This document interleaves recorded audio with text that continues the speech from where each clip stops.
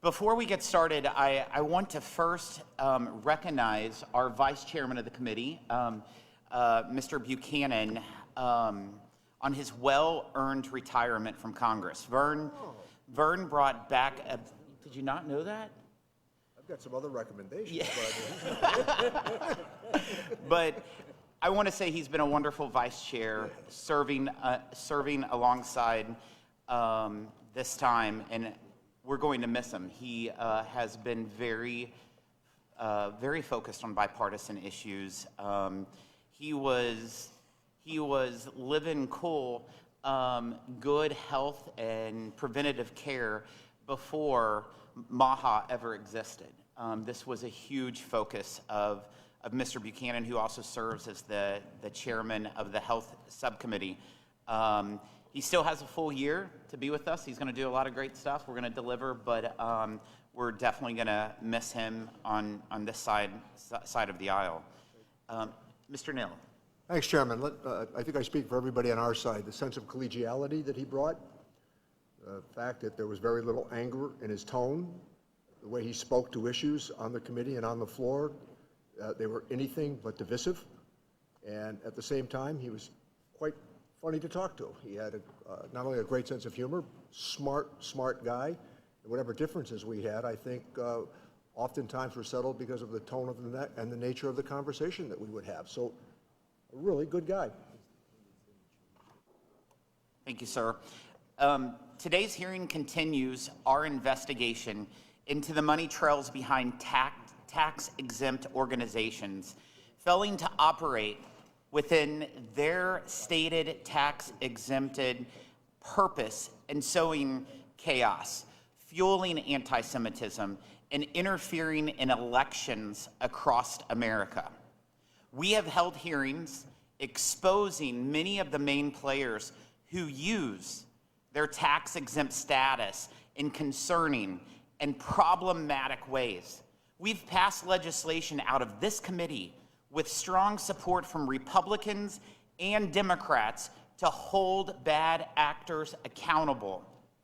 We referred, in fact, 11 tax-exempt groups to the Biden and Trump IRS, the same ones, for investigation and possible revocation of their tax-exempt status. What our investigations have found should disturb every single American. Certain tax-exempt organizations funded by foreign donors are exploiting their lucrative U.S. tax benefits to incite violence and unrest in our communities and destabilize our political process, all to the benefit of the foreign flags their donors fly. Several, including Alliance for Global Justice, which I called on the IRS to revoke the tax-exempt status of, are suspected of having ties to terrorist groups and using those close connections to funnel resources to support terrorism. Groups like Sammy Dune, a sham charity affiliated with the PFLP and designated as a terrorist organization by the U.S. Treasury. These are all facts. This is reality. Other tax-exempt organizations are masking. They're masking the flow of foreign money by allowing separate entities to utilize their tax-exempt status in order to hold riots across the United States, featuring intimidation and violence. Many of these groups, like American Muslims for Palestine, were contributors to the harassment and violence towards Jewish students that plagued elite universities. Several other tax-exempt groups intentionally direct millions of dollars in foreign money to sway our elections.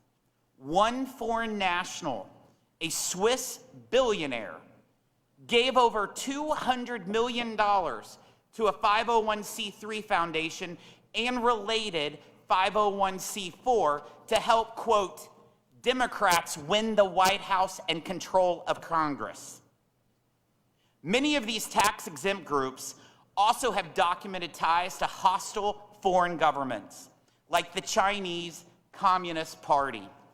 The People's Forum, an American tax-exempt group who I demanded documents from in September. It hosts events and courses pushing Communist Party propaganda, incites violent protests and riots, including disruptive occupations of college campuses, and publicly supported Hamas's October 7th terrorist attack against Israel. And it's no wonder that the People's Forum echoes Communist Party propaganda. One of their largest donors is a wealthy former U.S. tech executive living in Shanghai who is cozy, extremely cozy with the Chinese Communist Party. Neville Roy Singham and his wife, a co-founder of Code Pink, donated over $20 million to the People's Forum through shell companies and donor-advised funds to hide the original source of the money. This committee has worked tirelessly to unravel the Singham CCP network. Just last night, I sent letters to Tricontinental and Breakthrough News, two organizations that are part of this regime of CCP-linked nonprofits operating in the U.S. Each one of these groups has the same thing in common: foreign actors fueling disruption and illegal activity in America using a dark web of tax-exempt groups. And all this disruption, the chaos and hate, is subsidized by the American taxpayer. Nothing about today's hearing should be partisan. Republicans and Democrats should work together to stop foreign actors from interfering with our politics and public discourse through nonprofits. The people who want America weak, they want America divided and torn apart, would love nothing more than a partisan battle on this subject. This is not politics. It's about national security. The manipulation and abuse of tax-exempt status by foreign nationals is absolutely unacceptable. Tax-exempt status is a privilege, not a right. To the tax-exempt groups who set out on a mission to provide benefits to communities, we are encouraged by the good work that you are doing. To the tax-exempt groups hiding in darkness and stirring up unrest in this country, know that this committee is coming for you. We will not hesitate to use every tool in our toolbox to root out the foreign influence lurking in America's tax-exempt sector. I want to thank our expert witnesses for coming to testify today about how foreign individuals, organizations, and even nations are taking advantage of our tax-exempt sector to destabilize the United States through our own tax code. I'm pleased to recognize the ranking member, Mr. Neal, for his opening statement. Thank you, Chairman. We're here today as a government built for the people. Today, this hearing is being held on the pretense of what happens when tax-exempt dollars are funneled from group to group, only that you disagree with. But much more pressing should be the decisions that are no longer being made for the American people, but in service to the President's demands. That expands across affiliated nonprofits and for-profits alike into wide-ranging transactions with foreign governments, including real estate, crypto, and numerous business ventures. Right now, it's impossible to talk about nonprofits in America without acknowledging those that are tied to the President: the Presidential Library Foundation, the Inaugural Committee, the Trust for the National Ballroom, to name but a few. And while we're on this topic, everybody on this committee and every member of Congress that I'm aware of, they are opposed to anti-Semitism anywhere that it attempts to grow. Let's talk about a few of these high-dollar examples. $400 million, a private jet given to the president personally, a tax-exempt organization from Qatar offering the jet. This donation apparently has been linked to several deals from the administration, including a $142 billion arms deal and a deal for AI chips despite national security concerns.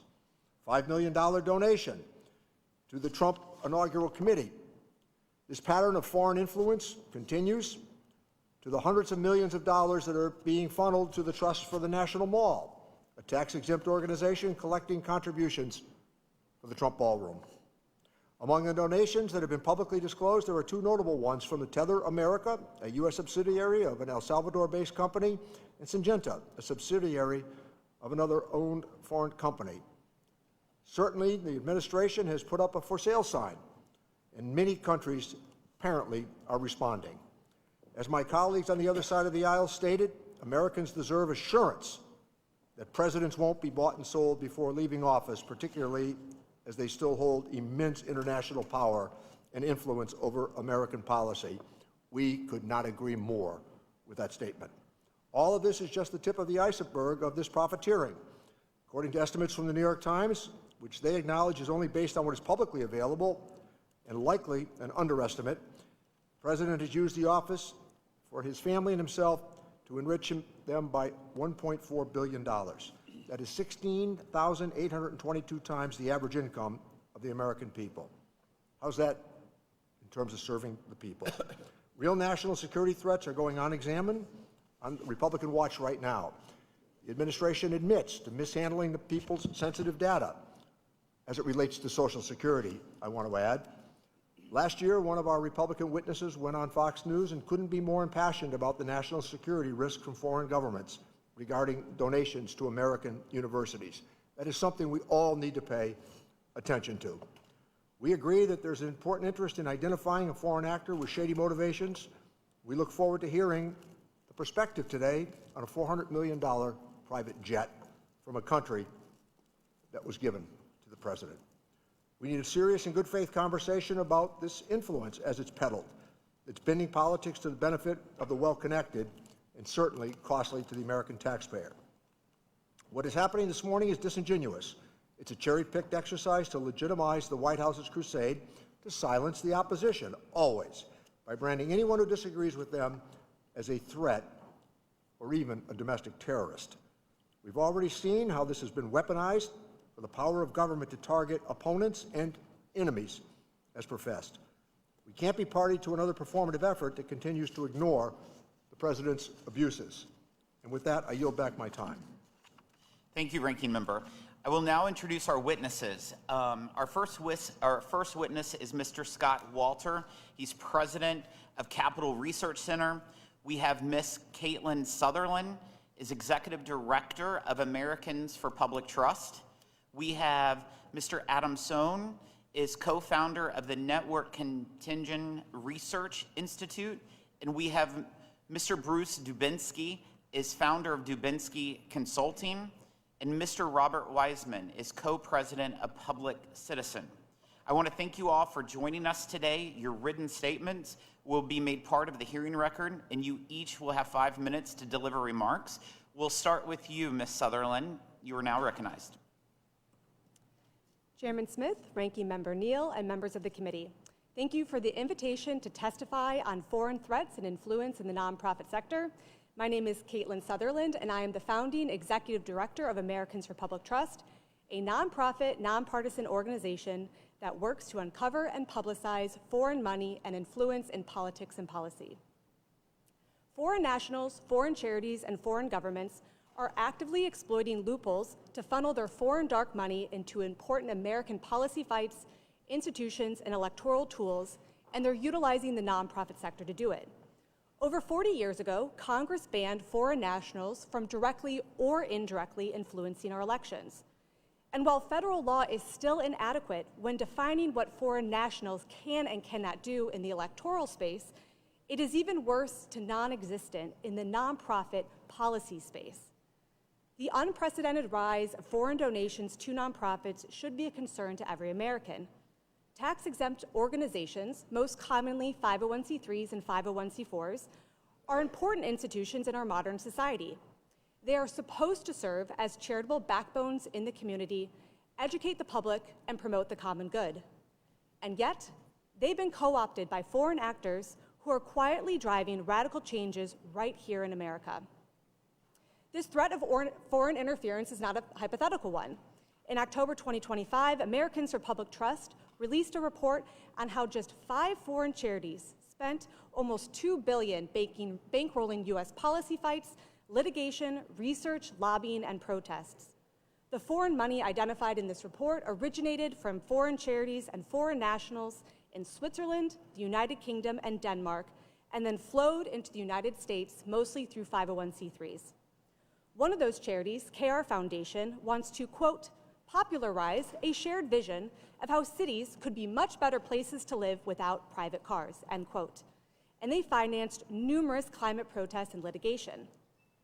The Switzerland-based Oak Foundation poured $650,000 into the 501c3 Environmental Law Institute that houses the Climate Judiciary Project, which has faced accusations of training judges to rule favorably on climate litigation. And the UK-based Quadrature Climate Foundation sent almost $50 million to the 501c3 Windward Fund, in part to, quote, to support, quote, environmental justice advocates in the US, end quote, and for calling for diet shifts away from red meat to plant-based proteins. Abolishing private cars, eating less meat, training judges, protests, suing energy companies. These are just a few examples of what is being financed by foreign money, and it must stop. Notably, after Americans for Public Trust exposed how British activist hedge fund manager Christopher Hone funneled over $500 million into US-based organizations, he announced he would no longer be financing US causes in the future. But the damage with his foreign money has already been done, as he's been bankrolling advocacy campaigns and pushing a radical green agenda for over a decade, all while he and his charity maintain close and questionable ties to communist China, work with CCP officials, and support the CCP's Belt and Road Initiative. While it is a fantastic victory that Hone was called out and shamed into changing course, it is simply not enough given the influx of foreign money coming into the United States. We must have more guardrails in place to protect our democracy. Another ever-present threat to American politics is Swiss billionaire Hans-Jörg Wyss. Mr. Wyss, who once said he, quote, never felt the need to become an American, end quote, has instead, as stated in his biography, found a way to, quote, exert an influence on American domestic politics through his foundations, end quote.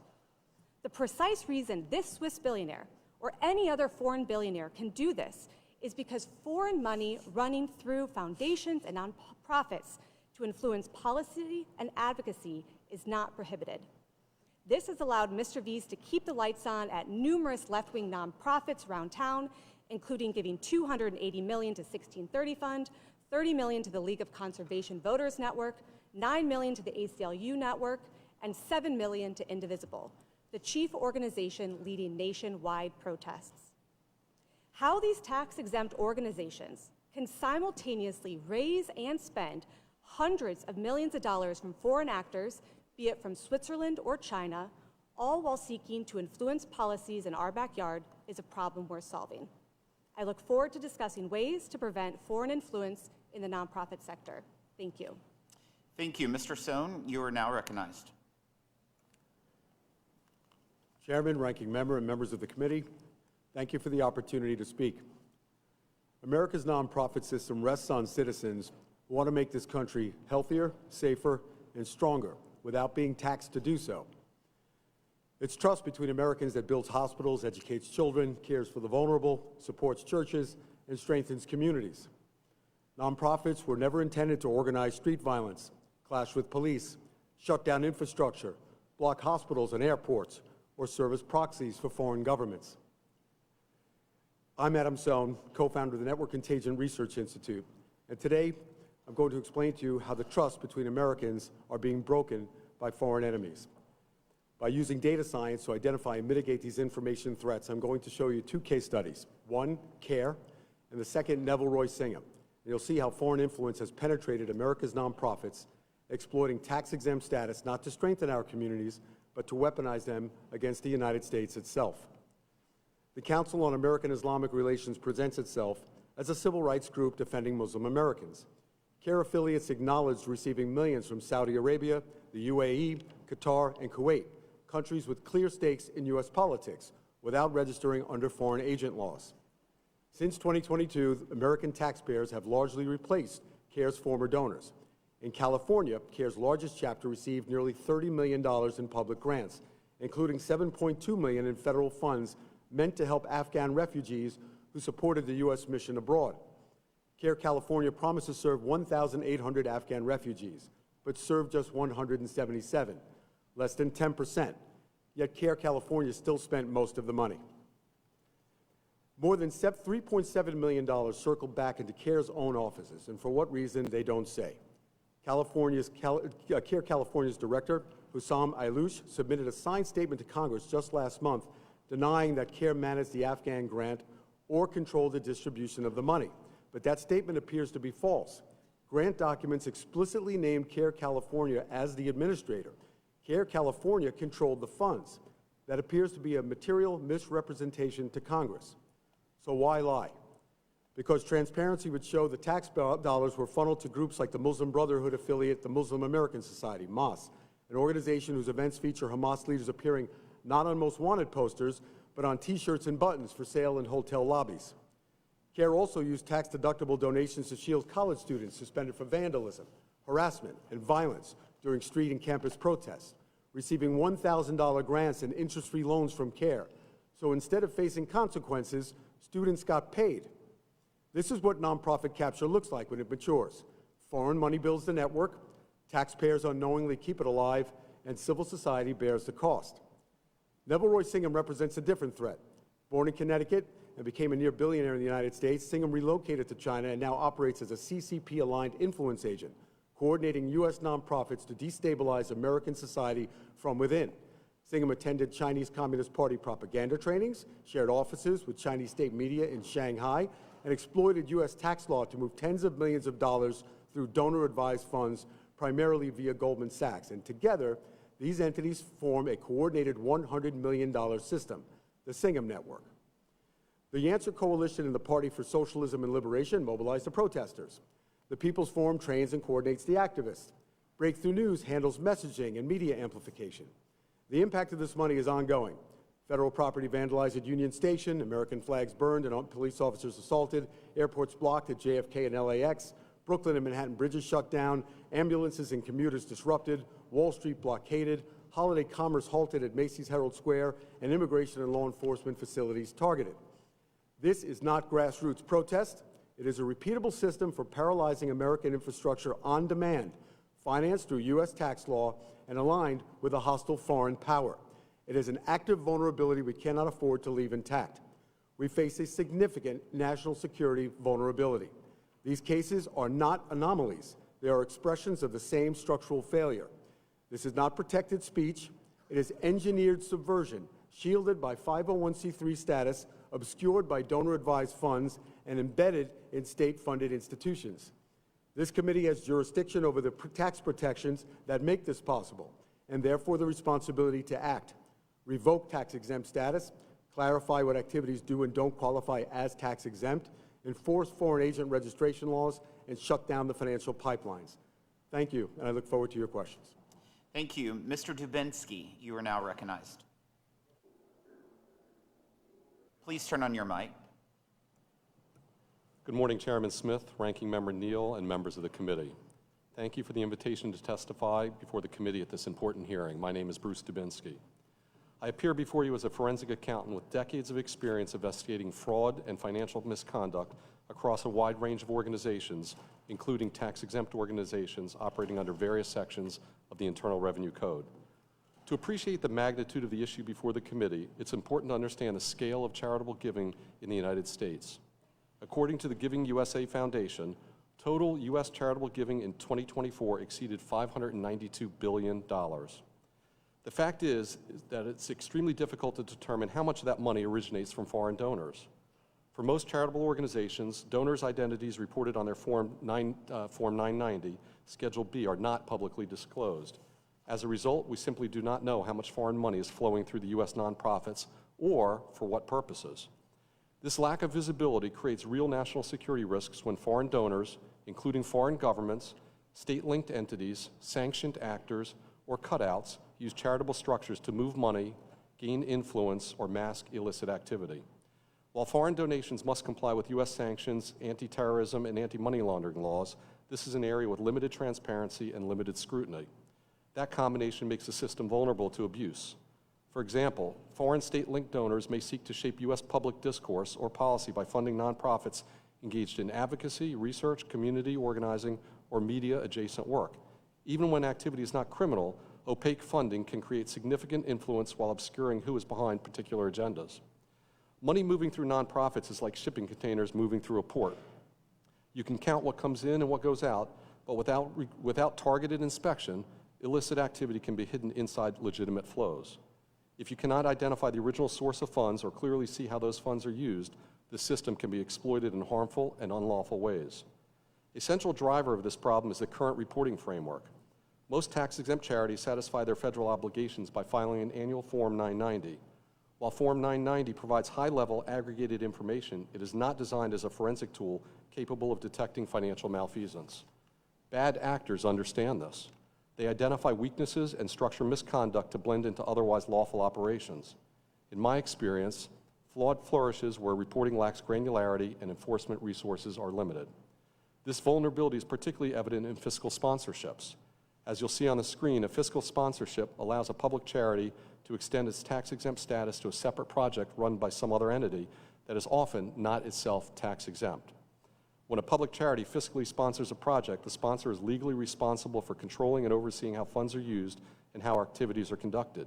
If it cannot explain where the money went or what the project actually did, the sponsor faces serious exposure, including loss of exemption, excise taxes, civil penalties, and, in extreme cases, criminal liability and personal exposure for officers and directors. Yet current law imposes no requirement for separate project-level reporting of fiscally sponsored activities on Form 990. There's no dedicated line or schedule for fiscal sponsorships, so these activities are absorbed into aggregated reporting, producing little meaningful transparency.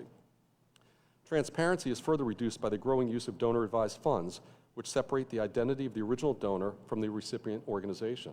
In many cases, grants from donor-advised funds to operating charities are made anonymously, further obscuring the flow of money. In my professional judgment, these vulnerabilities warrant legislative attention.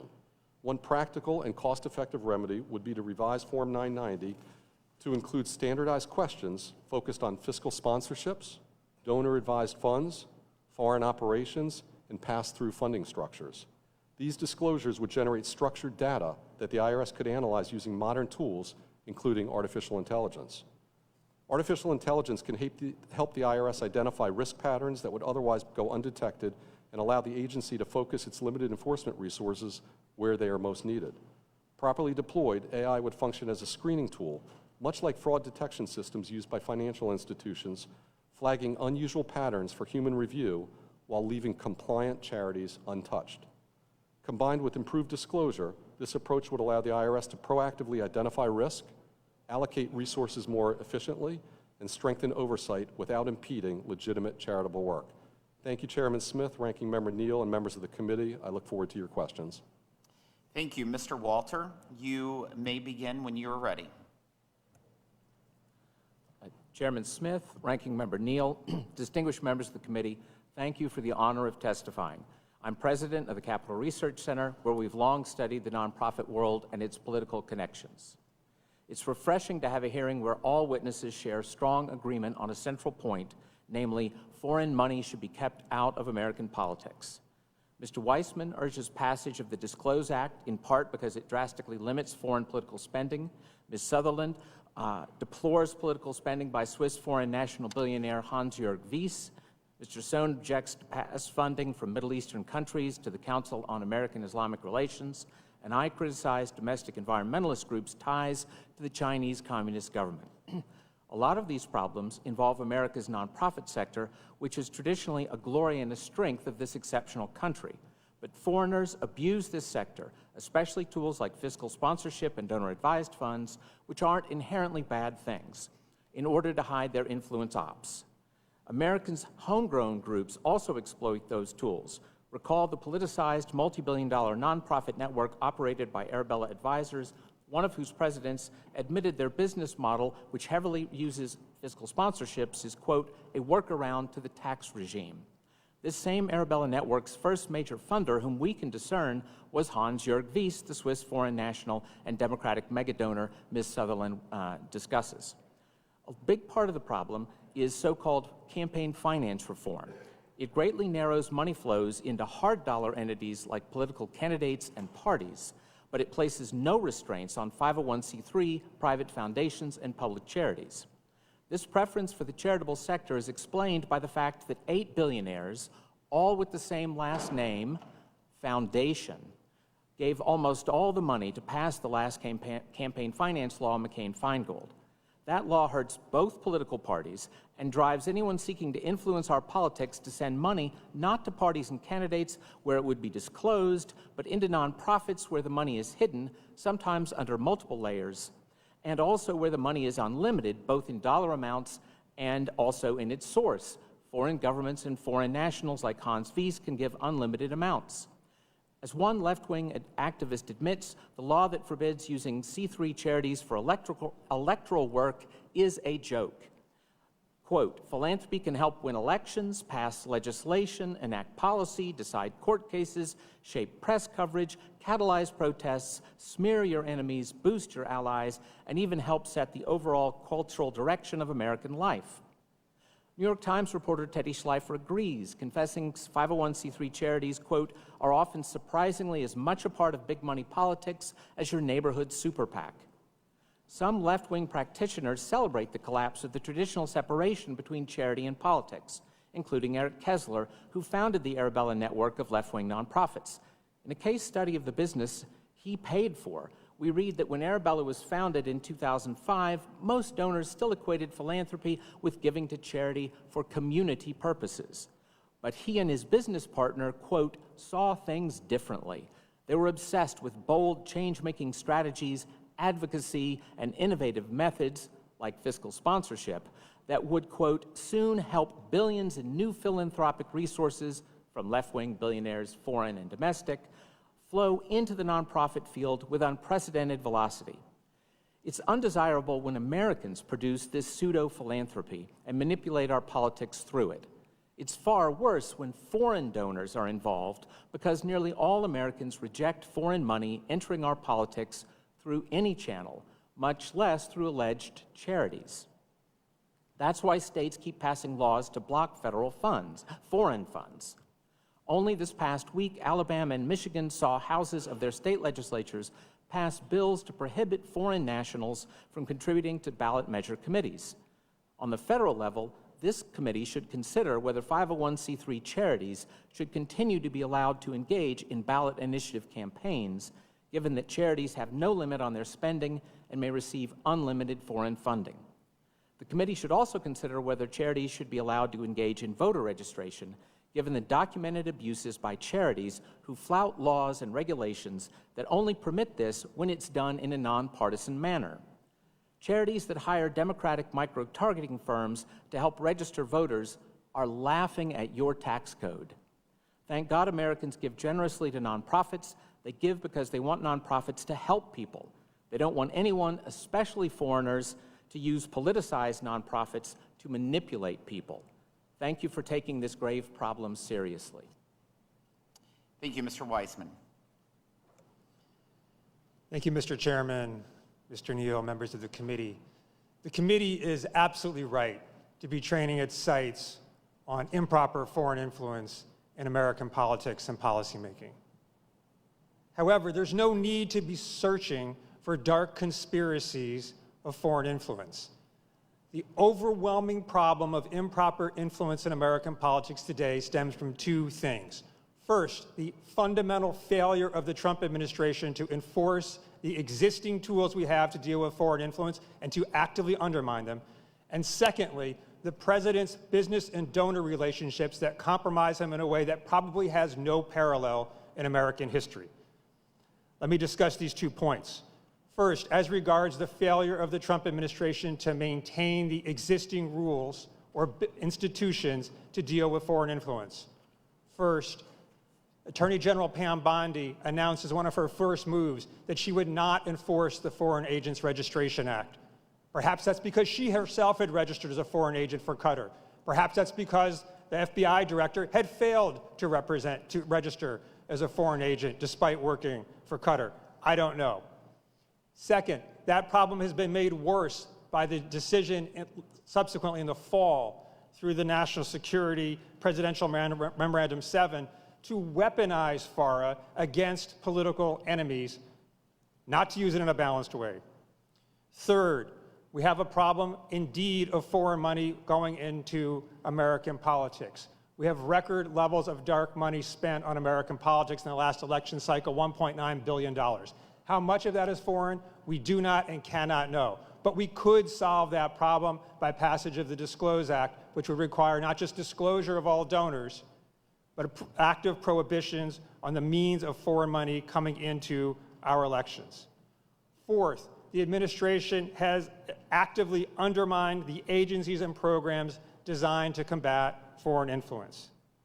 It has attacked the Inspector General system, with the president firing 2/3 of the presidentially appointed inspectors general as of October. The agency is intended to deal with things like fraud and improper foreign influence. It has slashed staffing at the IRS by a quarter, including a quarter cut in the nonprofit tax-exempt division. It has virtually closed the Justice Department's public integrity section that deals with, among other things, efforts by foreign governments to improperly influence public officials. It has shuttered the anti-disinformation offices at the Departments of Homeland Security and State. But all that pales in comparison to the problem of foreign influence that comes explicitly, overtly, and in all of our faces from the president's business and donor entanglements.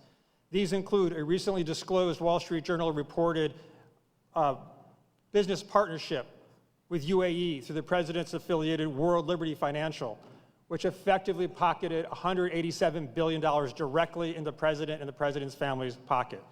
It involves the Trump meme coin, of which the largest purchaser is Justin Sun, a person facing SEC enforcement, now paused. It involves the donation of the $400 million valued plane from the government of Qatar for no possible purpose except to influence the president.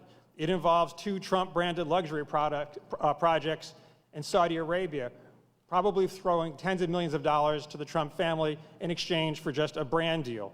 It involves the Saudi government spending billions of dollars and the president's son-in-law, Jared Kushner's investment fund, despite the government of Saudi Arabia saying it doesn't believe he's got any investment acumen. It involves also now the new efforts to fundraise for the Ballroom and Freedom 250 through using tax-exempt structures and accepting money from corporations and possibly foreign corporations with business before the government.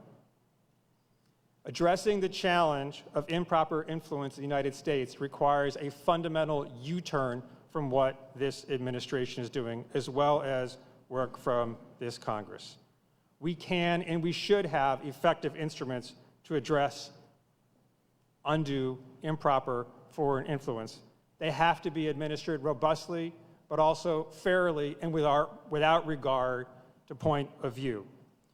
Right now, however, the Trump administration is actively degrading those institutions, rules, and policies while simultaneously threatening to use them against its political adversaries. Our democracy needs a complete reversal. Thank you. I want to thank all the witnesses for being here today once again, and we will now lead on to the question and answer session. There are serious concerns over the link between radical 501c3 organizations that actively cause violence and unrest across the country and the Chinese Communist Party.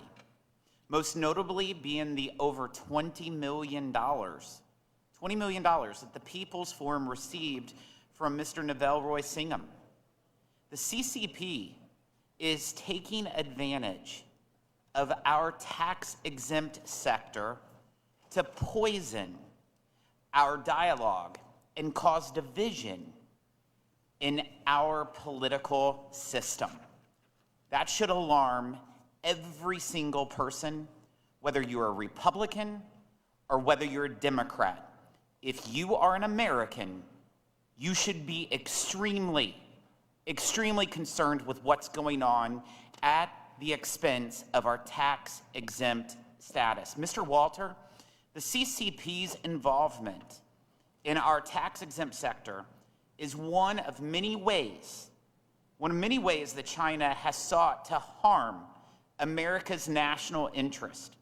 Can you please walk through Mr. Singham's web, the big web of nonprofits, and explain how the CCP is using our tax-exempt sector to push CCP propaganda? Thank you for the question, Mr. Chairman. I have to say that some of this is speculative because so little is known for certain, and like a good Maoist, Mr. Singham works hard to hide what he's doing, and our nonprofit sector makes that easy. But there's been some very good reporting, especially from the New York Times on this, which uses the number hundreds of millions of dollars Mr. Singham has spent to try to influence politics in America and other countries as well, through a vast number of groups. All those groups do different things, but one thing they do is exactly what you say. They all push communist China propaganda. As the New York Times is perfectly clear, none of them are registered under FARA, as the Times also points out. They do all kinds of things like the People's Forum, as you said. It both trains and organizes for protests on multiple issues all over America. Other groups operate YouTube channels to reach youth. Others operate fake news websites. Still more, lobby Congress, operate the Tricontinental Institute, a Marxist think tank, support candidates for office in multiple countries. And in all cases, by the way, they don't just boost the communist government of China, they also support other hostile regimes. For instance, the No Dut Doll group, connected to Singham, propagandizes for the gruesome dictatorship of North Korea. Singham's wife, Jody Evans, helps operate Code Pink, and of course their protests famously include disrupting hearings in Congress, which shows their contempt for America and their contempt for the rule of law. I think this is clearly something that needs additional investigation from multiple parts of the executive branch, and I applaud your investigating it here. This committee, on a bipartisan basis, approved multiple bills to address the attempt by multiple foreigners to influence our politics and election outcomes by funneling money through tax-exempt organizations. But when those same bills came to the House floor, our Democrat colleagues ended up opposing them. They sided with special interest in foreign billionaires and abandoned this bipartisan cause. Similarly, today's minority witness shows that the Democrats would rather focus their time on opposing Donald Trump than working with us on this important issue. It seems opposing the president is the only thing that unites my colleagues on the other side of the aisle. Maybe my colleagues across the aisle want to talk about President Trump because they don't want to talk about the individuals funding these groups.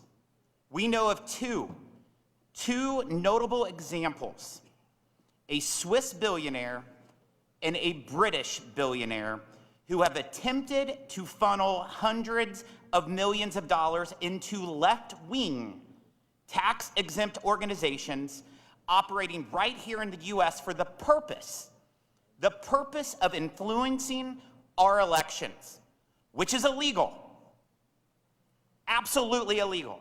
Ms. Sutherland, how common is this type of foreign influence and foreign funding in our politics, and what sort of action should we or the IRS be looking at to combat it? Chairman Smith, thank you very much for that question. It's unfortunately all too common that foreign billionaires and foreign charities seem to have their thumb on the scale of American politics. Yes, we know that Hans-Jörg Wyss has funneled hundreds of millions of dollars, as has Christopher Hohn, and a smattering of foreign charities. Together, that identifies $2.7 billion of foreign money running through the nonprofit sector. That is a shocking amount to both the right and the left.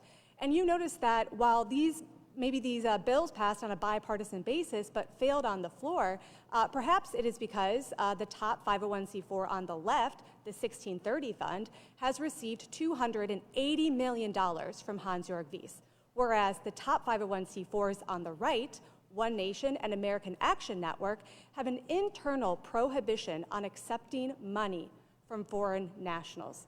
This is something that we must address, and I applaud your committee for taking action. The IRS and this committee must find a way that foreign nationals are prohibited once and for all from funding policy campaigns and issue advocacy campaigns right here in America. Every Republican member of this committee recently called on the IRS to crack down on certain tax-exempt organizations because our investigations have exposed a pattern of abuse, deception, and blatant disregard for the law.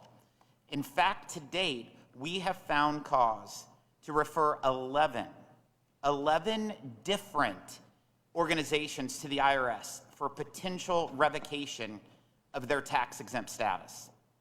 Mr. Dubinsky, as a forensic accountant who investigates complex financial transactions, what sort of practices could IRS criminal investigation adopt to better track the flow of foreign money through the complex web of entities involved and safeguard taxpayer dollars? Thank you for that question, Mr. Chairman. You know, when you look at the situation, by the time it gets to IRS CI, criminal investigation, there's allegations of serious misconduct. I think we need to take a look, and the committee needs to look at what can the IRS do on a proactive basis up front by getting more information from the reporting from the 990 from the nonprofits, that the IRS can use that information and use artificial intelligence, I mentioned that in my opening statement, more effectively and efficiently to ferret out some of this behavior before it even gets to the CI level. Once it advances to a revenue agent who's doing the normal audit, they need the tools at that level to be able to look at the complex web of transactions, to be able to follow the money, to be able to see the transparency or unravel the transparency to see what's going on. At that point, when CI comes in, a referral is made to criminal investigation, they need the tools to do their job. They need better artificial intelligence programs. They need better computers. I've worked alongside with CI agents that have old technology. They need better training, technology. It's not that they need more manpower, but they need better tools to operate more efficiently and effectively. So I think it's a combination of starting in the front end with better reporting on the Form 990 that the nonprofits will have to disclose things like donor-advised funds. If there's a fiscal sponsorship, they have to check the box to that. At least some basic information that would flag things for the IRS, that they could look across the entire spectrum of tax-exempt entities and have a flavor of better what's going on. Thank you. I now recognize the ranking member, Mr. Neal. Thank you, Mr. Chairman. In my opening statement, I made the point that the problem you've all identified with some consistency still can't be based on who we like or dislike, and the testimony certainly highlighted the point that I tried to make. Also, in reference to the statement that was just made about the IRS has just lost 27,000 employees. I'm wondering if there's anybody left working down there to undertake these sophisticated audits that have to take place about foreign intervention. And I also think that it was not stated, but I think that in briefings I've had over the years, there's been, particularly from former Speaker Pelosi, she raised the question many times about contributions to universities and how that plays out. I hope part of the focus as we go forward would be part of that. So I want to ask a quick question, and maybe a yes or no answer would be appropriate. We'll start on the right to the left, and if you could just give me a yes or no before I come back to a couple of questions that I have. Is the $400 million jet problematic? Yes.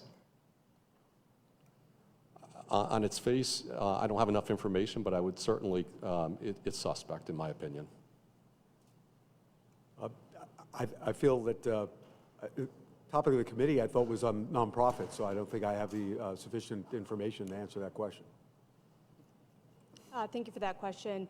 Very similar answer. I was brought as a witness to examine loopholes in our campaign finance system, of which the Qatar jet was not. So unable to opine on this subject. Yeah, and I too am not properly qualified as an expert in that sort of law. So thanks for reinforcing the point that I made in my opening statement. Mr. Weissman, as you know, the Presidential Library, a tax-exempt charity, has received and accepts gifts from foreign governments, including a $400 million luxury plane from Qatar. It's been reported that Qatar received $142 billion in an arms deal. So do you have any explanation as to why a $400 million jet would be given to the president? I think the explanation is the obvious one. They were seeking to win influence with the president, and I think they succeeded at doing so. Thank you. And let me follow up, Mr. Weissman. Yesterday, the Washington Post reported that a federal judge is reviewing the legality of private donors funding the ballroom. I don't even have to say which ballroom. We all know which ballroom I'm referencing. Without objection, I'd like to enter the Washington Post article into the record, Mr. Chairman. Without objection. Thank you. Mr. Weissman, what is known about the ballroom's funding and the Freedom 250 projects? Well, we have some idea of who's funding the ballroom, not complete, and maybe there are others that we do not know. We were able to analyze the 24 known corporate donors at the early stages of the ballroom. 16 of them had government contracts going back over the last 5 years, totaling $270 billion in federal contracts. My view is they were funding the ballroom not out of a sense of civic pride, but out of a sense of they can get something back in return. A couple of those companies, as you mentioned in your statement, are domestic subsidiaries of foreign businesses. I think as we look now to the Freedom 250 project, which seems to be a comparable fundraising effort, we're going to see the same kind of problem.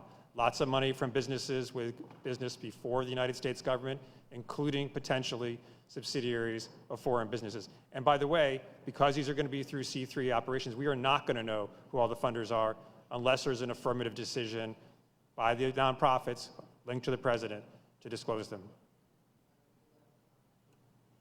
Mr. Smith. Thank you, Mr. Chairman. Thank you to our witnesses as well for sharing your insight and expertise here. I think this is a timely hearing.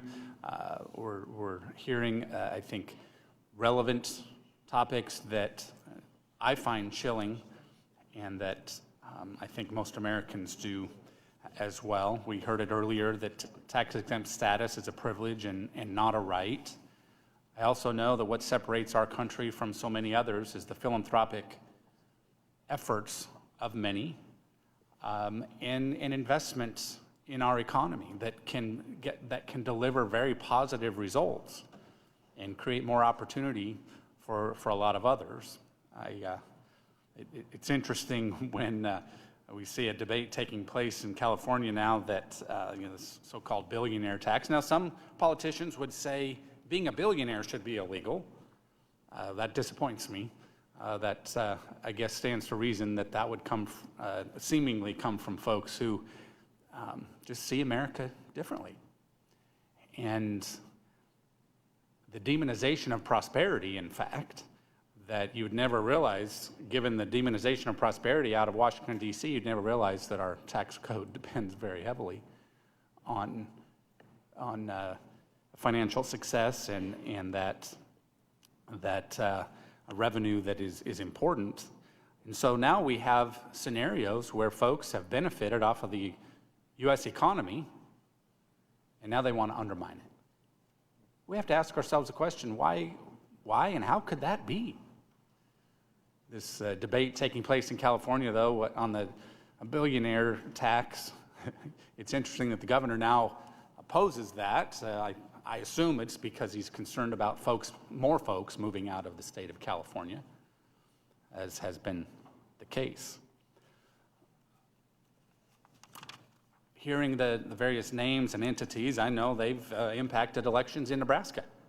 And our Attorney General, Mike Hilders, is looking into this, and I appreciate his steadfast review of that.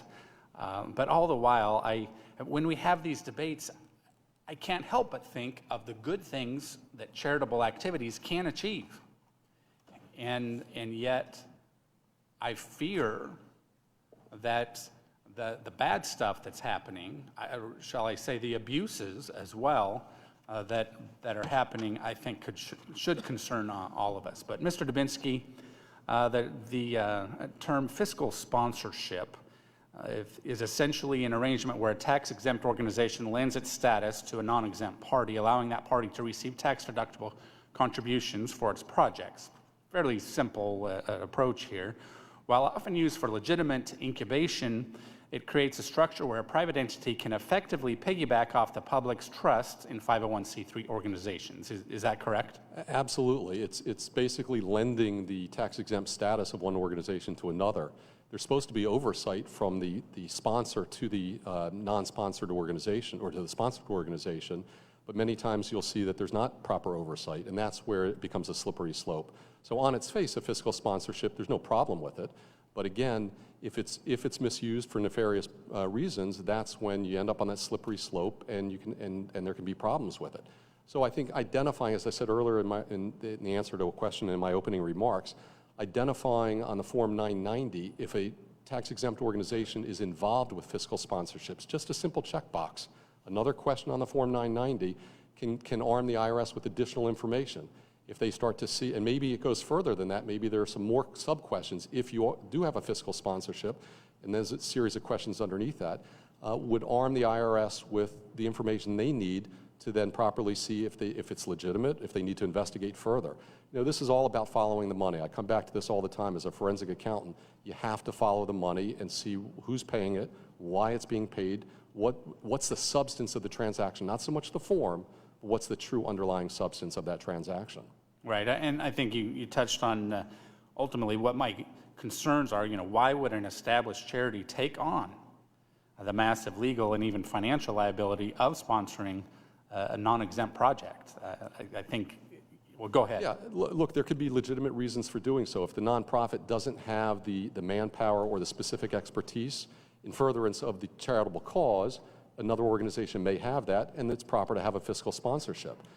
There's nothing wrong with that, and it's done quite often.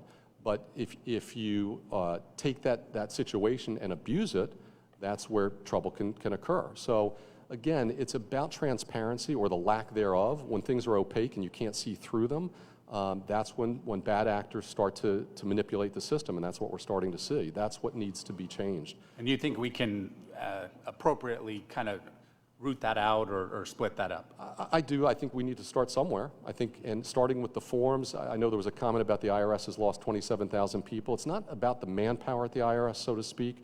It's about the expertise to work smarter and more efficiently. I work alongside revenue agents and criminal investigators all the time. They're wonderful people. They're smart. They need the tools, and that funding for tools is important. It's not a matter of body count or head count in that perspective, but training the right people and having the information come in on the front end that they can act on in a timely fashion. Would the gentleman yield? Thank you. My time has expired. That would be up to the chair. Richie, I'll recognize you first. So is the witness suggesting that a cut of 27,000 employees at the IRS does not have impact on sophisticated, complicated audits? Well, when we're, Ranking Mr. Neal, the issue really is what was cut at the IRS. Was it line agents? Was it clerical people? In my all of them. What's that? It's all of them. Well, my understanding is the criminal investigators are still present. I'm working alongside several cases with them now. And so again, what I see is it's not about just a wholesale head count. It's really about the expertise, Thank you, having Mr. the Chairman. tools. Mr. Doggett. Surely there are few better examples of the total misdirection of this hearing than the FAA. That's the future farmers of America. They have been challenged by Chairman Smith for taking a contribution from Syngenta, a company that supported them for decades but was acquired by a Chinese company. This is kind of nonprofit that around the country would say, help a student prepare a hog to win a ribbon at a county livestock show. But as usual, the real hog involved here is the Trump administration. No Republicans have voiced the slightest concern that the very same Syngenta contributed $250,000 to President Trump, as did another Chinese company to which he cozied up for his inaugural, giving them a full $1 million. This committee has completely ignored the most powerful, self-created tax-exempt organization in the country. That would be President Trump himself and the web of businesses that his family controls.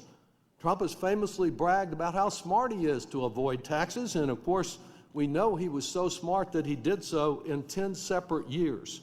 No tax-exempt organization has been more vulnerable or more welcoming to malign foreign influence than Donald Trump.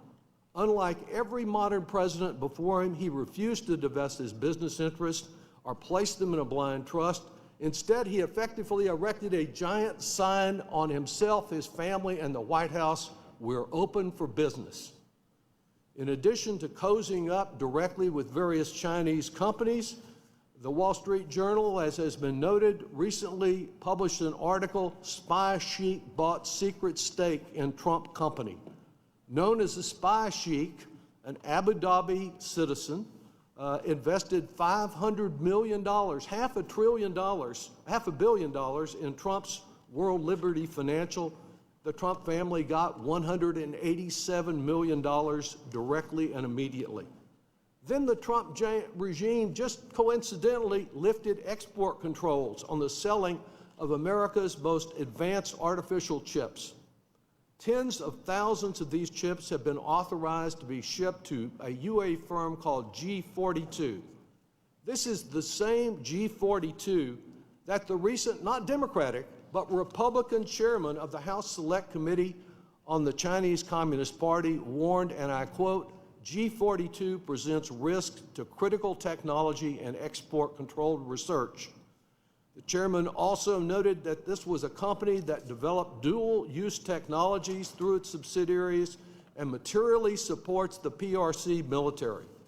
Instead of safeguarding our most advanced AI technology, Trump has now authorized the sale of these chips to a firm with deep ties to the PRC and the Liberation Army.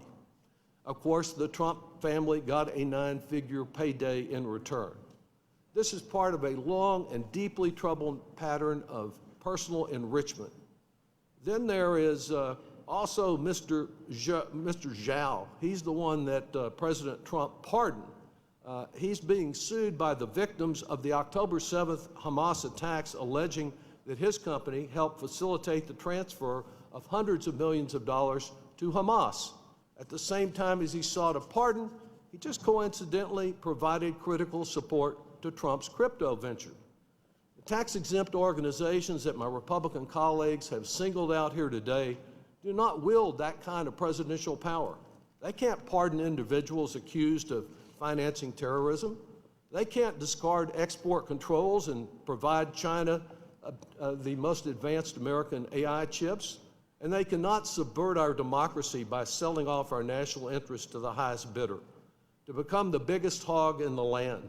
There are only a few of the many examples of Trump malfeasance.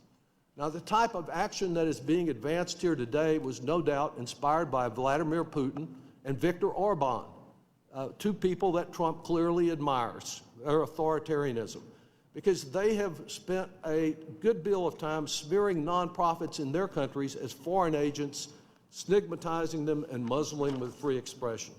It's also fitting and deeply troubling that one of today's witnesses has cited the No Kings rally as an example of the kind of misfeasance of which they complain. I spoke to thousands of my neighbors in Austin last October at one of hundreds of these events. It was an expression of democratic values, peaceful, not a threat to anyone except those who insist on authoritarianism. In America, we do not punish critics. We do not crown kings, and we must not sell our democracy to the highest bidder. I yield back. Thank you. I want to respond to the comments, since I was raised in Mr. Doggett's comments about the FFA. That's the first time FFA has been brought up, but FFA, Mr. Doggett, is a very, very important organization to myself. In fact, when you go down to my personal office, the very first thing that was ever hung on the wall is my framed FFA jacket, and it stands here today. It's an organization that so many members care about. It helps create the future agriculture leaders of tomorrow.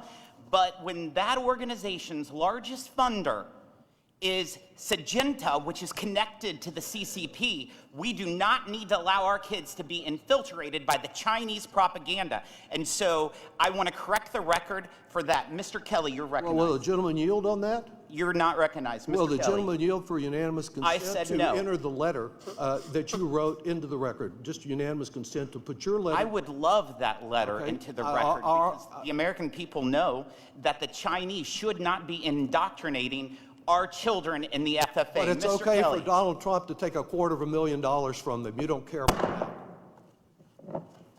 Mr. Kelly.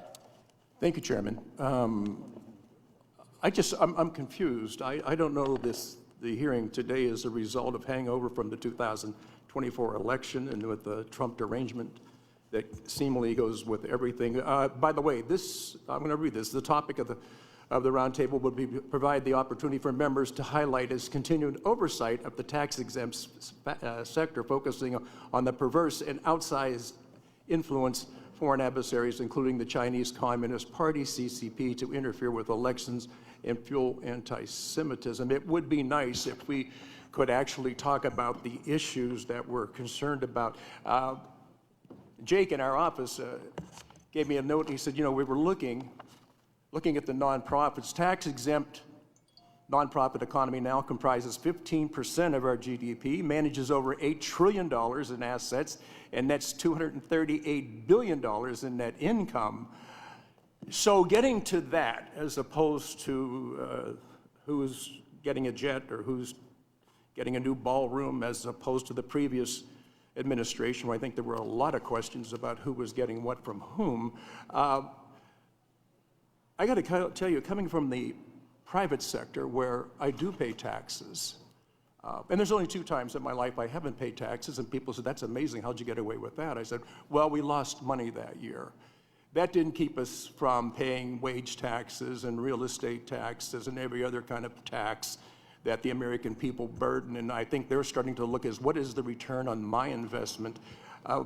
Mr. Sohn, I was really interested, but everybody, thank you for being here today. This is incredibly important because the subject is really about where are these dollars going and what are they funding. I'm amazed that people can travel all over the country and go from demonstration to demonstration. I don't know who pays for their airfare. I don't know who pays for their hotel, who pays for their food, who makes up these elaborate signs that they seem to be able to unload under somebody's trunk. Most of the places I go when I'm up for an election are kids with a sheet of paper that they use magic marker. So I'm fascinated that we got so far off from where we're supposed to be.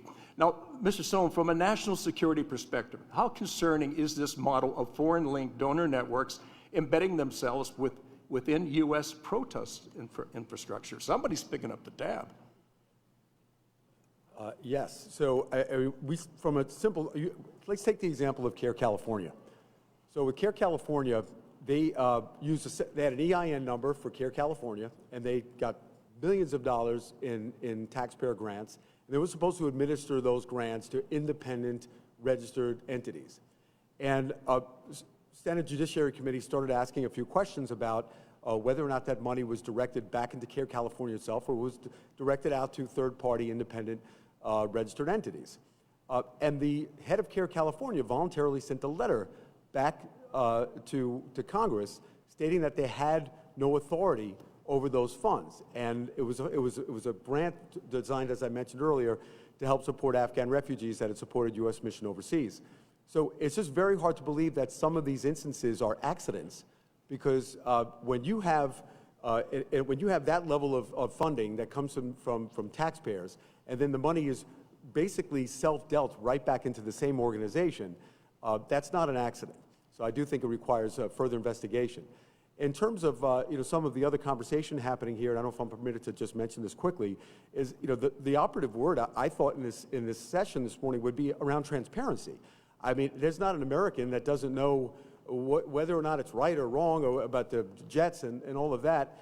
But they're not showing up in my community. They're not, when my daughter wants to go to Rockefeller Center during Christmas at 16 years old with her friends, I was afraid that I knew that from my knowledge and the work that I do with the NCRI, that there were going to be severe demonstrations that could be blocking hospitals, that could be blocking this lighting of the Rockefeller Center Christmas tree. These are things that I worry about with my teenage daughter. So this is coming to our communities at home. And it's how is this money getting into the hands of these individuals that are stampeding our communities? And we need infrastructure in place that can match the level of the threat that's meeting us on the streets of our own communities. And I think the transparency is what I'm hoping that we could accomplish here this morning, is to really set in place an infrastructure that can identify these problems, where the money's coming in, and how it's getting into the hands of these people, like you say, that are often sowing dissent and breaking the trust between Americans themselves. Well, thank you for bringing it back to the real reason we're supposed to have the hearing today. I wish we could just stay on policy and not politics. I know it's very difficult to do. It was difficult for ourselves with the previous administration.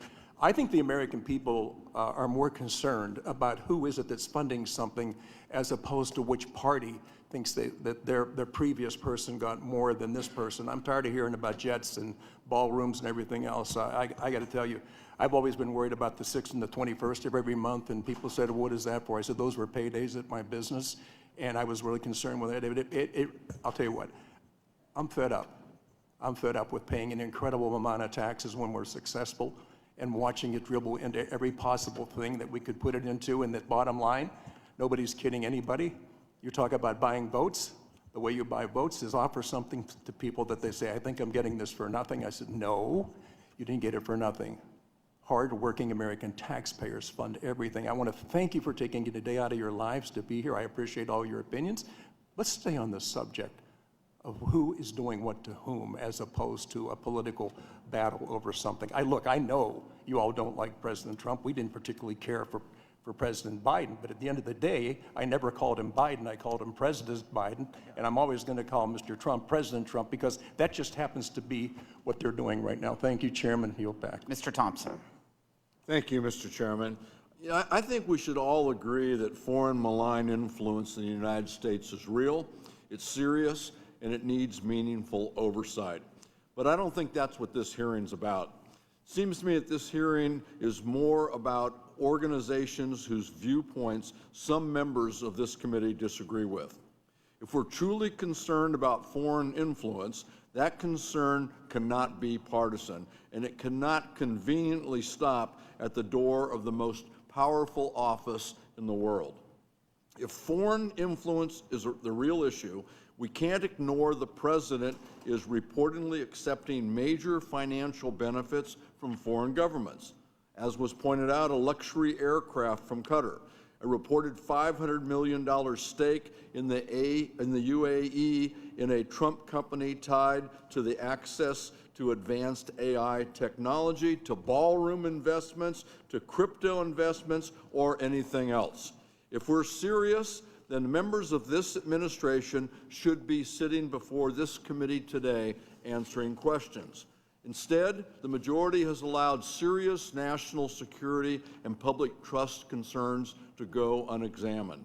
The majority has yet to condemn the president for effectively controlling both sides of a lawsuit involving himself and the IRS, one where he could benefit by $1 billion. And we have credible reporting of a whistleblower alleging that highly classified intelligence was blocked from reaching this Congress. Those issues go directly to public integrity and to oversight. Yet today, rather than addressing those matters, we're debating whether certain nonprofit organizations, often advocacy groups, whose views the majority opposes, whether or not they should have their tax-exempt status scrutinized, which apparently, as brought up by my colleague Mr. Doggett, the Future Farmers of America, the FFA. I have my FFA jacket as well, Mr. Chairman, and I meet with FFA students all the time in my district. And I've seen no evidence that the Chinese are influencing them. I ask unanimous consent to put this letter into the record. Without objection. The Supreme Court has repeatedly affirmed that the government may not punish speech or association by selectively targeting organizations for their views. Using the tax code as a tool to suppress opposing perspectives would be unconstitutional. Now, I agree with my colleagues on one point. Oversight of malign foreign influence should be robust, but it must be even-handed. If we're going to demand transparency from nonprofit organizations, that standard must be applied across the board. Many of the witnesses before us today represent organizations funded heavily and sometimes almost entirely by anonymous donations. So I want to ask each witness before us, yes or no, will you submit your donor list for the record? Starting on the right. Yeah, our donor list is public. Yes or no? Our donor list is public, and yes. I don't receive donations. I'm a private company. 990s are public, and I have no problem sharing donor information. All of our donors are here, are Americans. Okay, yes or no is fine. Yes, yeah. Americans for Public Trust respects our donors' right to privacy and are proud to state So yes that or we no? prevent foreign funding. No. Yes, I will say we receive no foreign funding. No, I will not violate the constitutional rights involved. Okay, yes or no is fine. So starting from my left, going the other way, can you certify under oath that your organizations have never received funds from a foreign national or foreign corporations? Yes. Yes. Yes, we did receive a small grant from the UK government to investigate child harms. My company's never received grants or donations from any foreign entity. Not to my knowledge. Thank you. Mr. Chairman, I yield back. Mr. Schweikert. Thank you, Mr. Chairman. The Ways and Means Oversight Subcommittee, we've actually spent some real time on tax exempt. And look, from a global standpoint, 17% of the U.S. economy now is in the tax exempt space. Yeah. So you start to see our world of trying to finance government, those things. And the leakage, because we don't have enough information. Mr. Dubinsky, you actually got closest to where I think it's not a solution, but at least we would know what we're working on. And from the left to the right, we've actually had a proposal, a number of us in the Oversight Subcommittee, on to modernize the 990 forms. And this would affect all sorts of tax-exempt organizations, from my credit unions to a hospital to maybe someone dodgy trying to.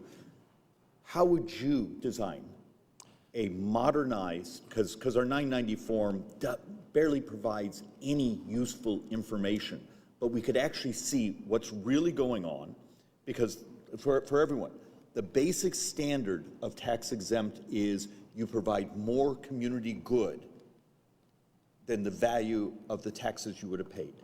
That was the underlying standard. How would you change the 990 form? It's a great question. I would start by taking a fresh look at the form and basically reconstructing it from top to bottom. I think there's some good information on the current 990. There are a lot of different schedules and subschedules, but it needs to be designed in a way that information can be easily used. And not for political purposes, I'm totally against that, but for proper purposes by the IRS, for transparency. So there could be a series of questions put on there, as I said earlier, on fiscal sponsorships. There could be, banks have a tremendous anti-money laundering and know your customer regime that they have to follow. And I'm not suggesting that nonprofits and tax exempts should do that. It's very onerous. But I think if you have some questions along those lines are, who's the ultimate beneficial owner? Do you know? If certain contributions are above a certain threshold, we need to know who's behind those. I think that's very important. So I would start from fresh, taking a fresh look at the form and all the schedules with the goal of transparency for ultimate enforcement actions if necessary and if required. Okay, you're going, I'm maybe slightly more cynical than even you are. Okay. Because we've actually looked at some of these where it's a donation to a tax exempt, to a donation to a tax exempt, to a field operation that's bundling, and then another one, and somehow we see where it ends up in U.S. politics, but it's a voter registration drive, just only in the right zip code. Right. And you can understand, Mr. Walter, how would you redesign the 990 form, and do we need to have more of it's not just who you transferred money to, but so we need the chain of lineage. What would you do? Well, thank you for the question, Congressman. Certainly, additional transparency would be very valuable. EIN numbers are not always used on 990s when one nonprofit's giving to another. That's certainly an important way to help track. You could expand the disclosures for the highest paid employees, for the highest paid contractors. The fiscal sponsorships could be required to be listed, possibly with a basic budget for them, or the name of the individual who's the principal officer of the fiscally sponsored project, when the project begins and ends, and then whether the project applied for its own exempt status independently, and obviously the simple thing of, do you accept foreign money? That's the single most obvious. Any concerns on your part between the leakage between a C3, C4, offsetting expenditures in that, just that simple world there? Well, some of that is already supposed to be disclosed, It's supposed to be, but it's really hard to track. Yes, and you're right. There are cost-sharing agreements there that are very problematic. In that case, it's probably the law that needs to be changed. I wouldn't think it's a bad thing. I mean, conceivably, just say C3s are not going to be allowed to give to C4s. That alone would be a significant thing. The big left-wing foundations would be very angry. But Mr. Chairman, there may be an actual solution that could come out of this hearing that's actually not Republican or Democrat, but just good tax policy. Let's clean up, modernize the 990 forms so we actually know what's going on out there. And with that, I yield back. The whole purpose of the hearing is to find solutions to solve the problem. Mr. Larson. Thank you, Mr. Chairman, and I want to thank the witnesses as well, and thank you for your participation. And certainly, as Mr. Thompson pointed out, you know, foreign influence should be a concern to all Americans. And as expressed in your testimony, we can see clearly that it does. Mr. Walter, you in fact cited an article from the New York Times, I believe. What was that? What was that article again? It's an extensive article reporting on Neville Singham's worldwide network. Right. Yeah, I take it you read the Times frequently? When I have to. Okay. Oh, it's that bad, huh? Well, I'd like to submit for the record an article from the New York Times entitled "Trump's Cash Grab Undermines Our Republic." You may have been familiar with that, but both Mr. Doggett, Mr. Thompson, Mr. Neal have already mentioned a number of the contradictions that exist here. So here you are as witnesses before a committee, and you got to be asking yourself, so why is it that they are focused on not just exclusively what I have to say? Because we think there's a connection. And we think there's a connection when witnesses aren't called before us. You think Elon Musk should come before the Congress and testify, Mr. Dubinsky? It depends on what you're asking. You think he should, Mr. John? Depends on what you're asking. Okay. Ms. Sutherland, should he come, Elon Musk? Depends on the subject matter of the hearing. I think. So if he was subject matter is Social Security, should he come and talk about it and what he's doing with Doge in there? I cannot speak on to Can't Elon speak for Musk's. that. Okay, Mr. expertise Walter, on should he Social come? Well, yeah, I'm not a spokesman for him. I mean, I don't see it would be If wrong the in United principle. States Congress asks him to come and testify as an American citizen, should he? Yes or no? Well, presumably, but of course, there are many folks Presumably I is would not like to yes or no, suggest Ms. for Sutherland? testifying. Yes. Yes, he should. Yes. It's his right. If he wishes to come, he should. If it's not his right and the Congress asks him to come, he has the right not to do it. Is he above the law? No, you said if he was invited. If he's subpoenaed, that's a different question. Well, if he's subpoenaed. And that's a legal issue that I'm What not. about Doe? Should they come before the committee? Mr. Weissman, do you think they should come before the committee? Yes, sir. What about Doge? Do you know anything about Doge? We don't, because they've never been before our committee to testify before us, but we don't know anything about them. So my point is this. When you think for the moment that you're here to testify about something, it's all related to other testimonies that go on. Here's the big question in a number of our minds. This concern about China should be something that gets everyone's attention. So let me ask the follow-up question. Should we therefore militarize our election process? We'll start with you, Mr. Walter. I certainly don't think it should be militarized, and, Okay, I'm very Ms. sorry Sutherland? that your party has been willing to try that in recent years. Ms. Sutherland, should it be militarized? No, it should not be militarized and be free from foreign influence from China. Mr. Son, should it be militarized? No, we should be able to free our elections from foreign influence without military. And so would that require militarization? No, I think it requires knowing when money is coming into the country and using our nonprofits as a laundering scheme to bring their narratives into our communities. Mr. Dubinsky, do you? In the general context, no, I don't think it should be militarized. Mr. Weissman? Certainly not. Mr. Weissman, you've also suggested the contradiction that exists here today in terms of the testimony, et cetera, and the full breadth of testimony, not just a narrow focus designed to achieve one result or to say that there is only one concern here that's going on, and that happens to be about China and how we deal with it. Forgive me for thinking that this is all part of a process that ultimately says, you know what? We're going to have to militarize these elections to guarantee that we're safe, to make sure that these things aren't taking place. When in fact, what we know is the goal is to intimidate and prevent people from coming out to vote. Have we ever militarized an election in this country, Mr. Weissman? Perhaps during the Civil War, otherwise I'm not aware of it. Mr. Dubinsky, do you know? I'm not aware.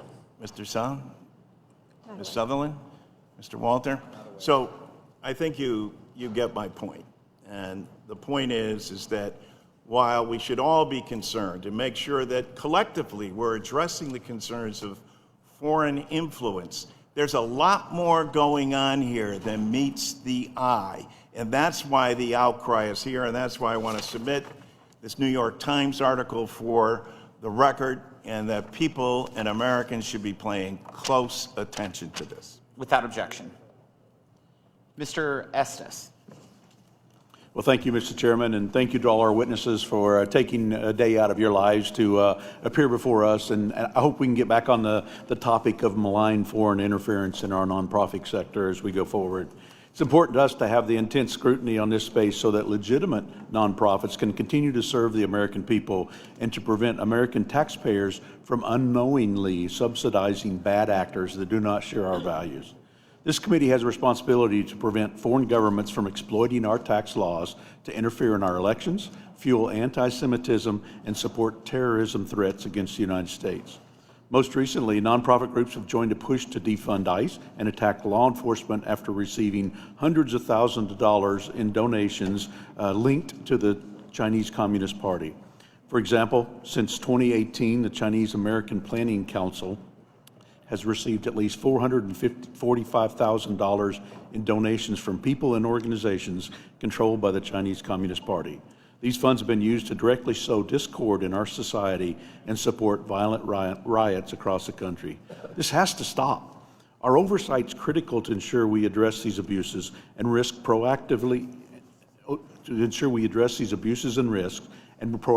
work to prevent them from escalating. We must have more transparency, accountability, and oversight on all foreign money flowing through U.S. nonprofits to ensure that American tax-exempt privilege is protected. Congress and this committee have the power to ensure tax-exempt status remains a tool for legitimate good work while prohibiting foreign propaganda from being subsidized by our tax code. I'm proud of the work this committee has done in bringing these issues to light and look forward to discussing them further. Mr. Stone, your research on diseconomies of memes illustrate how state actors like Iran have used coordinated bot networks to manipulate financial assets like gold and crypto to subvert some of the international sanctions.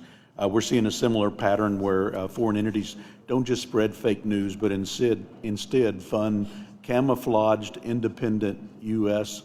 tax-exempt organizations to provide what appears to be an academic or charitable veneer to these state-aligned narratives. Given your background on tracking these, how do you address the danger of narrative laundering, where these foreign-backed disinformation can be scrubbed of its origin?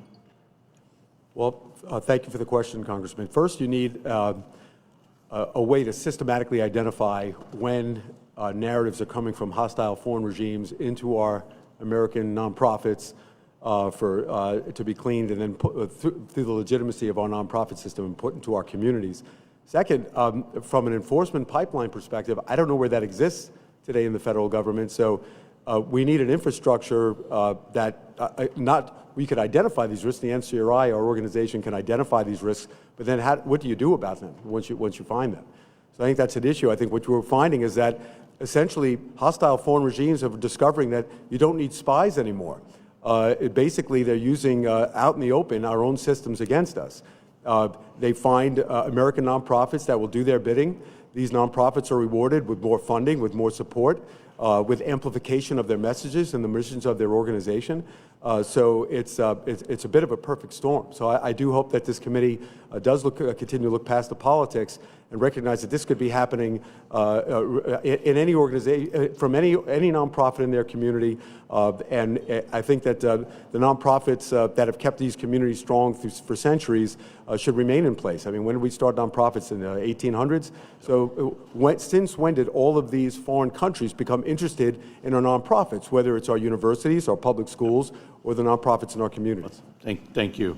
Hans-Jörg Wyss, as mentioned earlier, is a Swiss billionaire who's funneled hundreds of millions of dollars into liberal nonprofits through donor-advised funds and nonprofits managed by Arabella Advisors, including things like 1630 Fund, New Venture Fund, Burger Action Fund.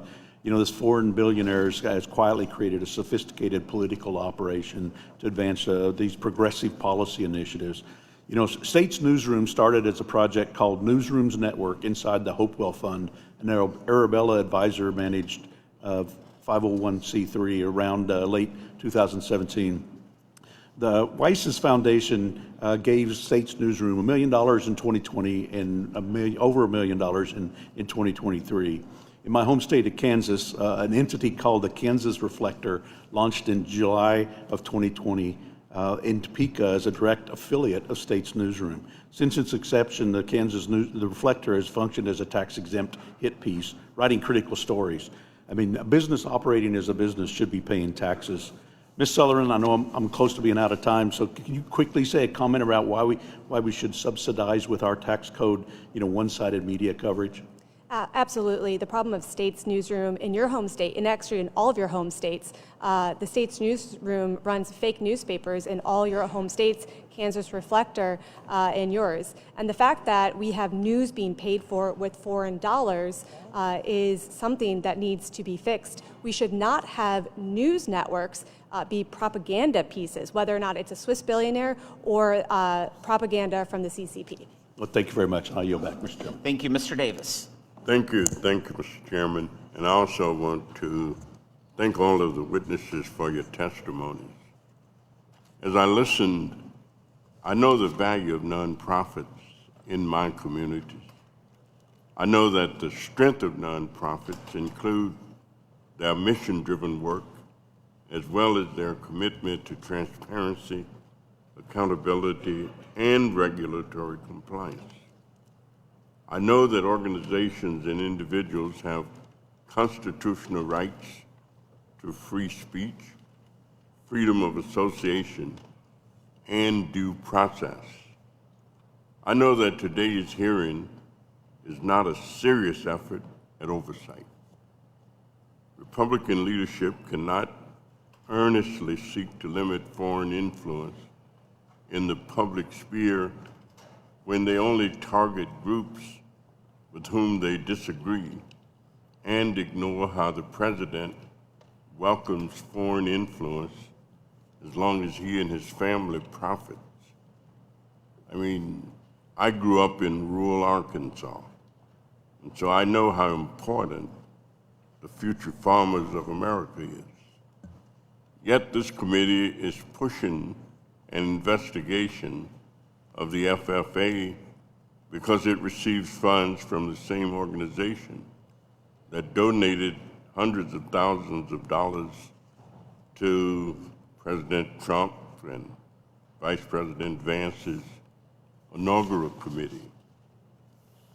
I know that there are real threats to our country and to the programs within this committee's jurisdiction that already exist. So I ask, when will this committee consider what whistleblowers revealed about Doge's mishandling of data? When will this committee investigate the administration's efforts to weaponize the Internal Revenue Service, especially against organizations that disagrees with it? When will this committee examine the illegal halting of child care cash assistance and services funding to democratic states, all programs within the jurisdiction of this committee and actions that are all prohibited by statute? So, Mr. Weissman, could you speak more about effective instruments to address foreign influence and not using the government as a weapon against political adversaries? Yes, thank you very much, Mr. Davis. I think there are two primary kinds of disclosure regimes that exist or should exist. One is the Foreign Agent Registration Act, which is an imperfect statute, which I would encourage this committee to look at for reform, but it does require the registration and the documentation of what people working for foreign governments or foreign principals are doing. This administration announced at the outset it would not enforce that law except in extreme circumstances. Then it said, yes, we will, in another set of limited circumstances, when we want to go after our political enemies. So that is wrong. We should end the weaponization of FARA and renew its actual enforcement. On the political, the election side, there is a problem with foreign money coming in, and we have no idea the scale of that. The solution for that is the Disclose Act, which would require these different forms we're talking about, C3, C4s, whatever, to disclose who, then effectively, and most importantly, the C4s, to disclose from whom they were receiving funding and to certify they are not receiving funding from foreign entities. I think if we move away from these individual cases and selecting out organizations based on political viewpoint and actually look at the policy issues, there should be room for agreement. Those are the top two things. The other last thing I would say is, as I've detailed in my testimony and mentioned in my oral statement, this administration is across the board obliterating the agencies that are in charge of dealing with foreign influence. So it should restore those agencies and let them do their job.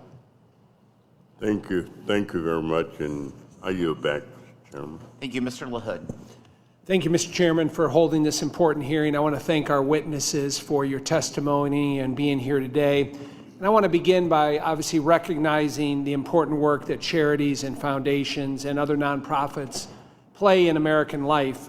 They feed our families, they care for our veterans, they respond to disasters, and they step up where government often can't. These organizations are built on generosity, trust, and a commitment to the common good, and they deserve our respect and support. In the House, I'm proud to be the lead sponsor of House Concurrent Resolution 4, which recognizes the critical support provided by tax-exempt fraternal benefit societies. I've also led and will soon be introducing the Workforce Development through Post-Graduation Scholarship Act, which will allow charitable organizations and foundations to help better assist students in paying off student loans and boost economic growth in our local communities. Having said that, however, I think we have to be clear-eyed about the growing efforts by the Communist Chinese Party, the CCP, and other adversaries to exert influence in the United States, particularly through nonprofit organizations.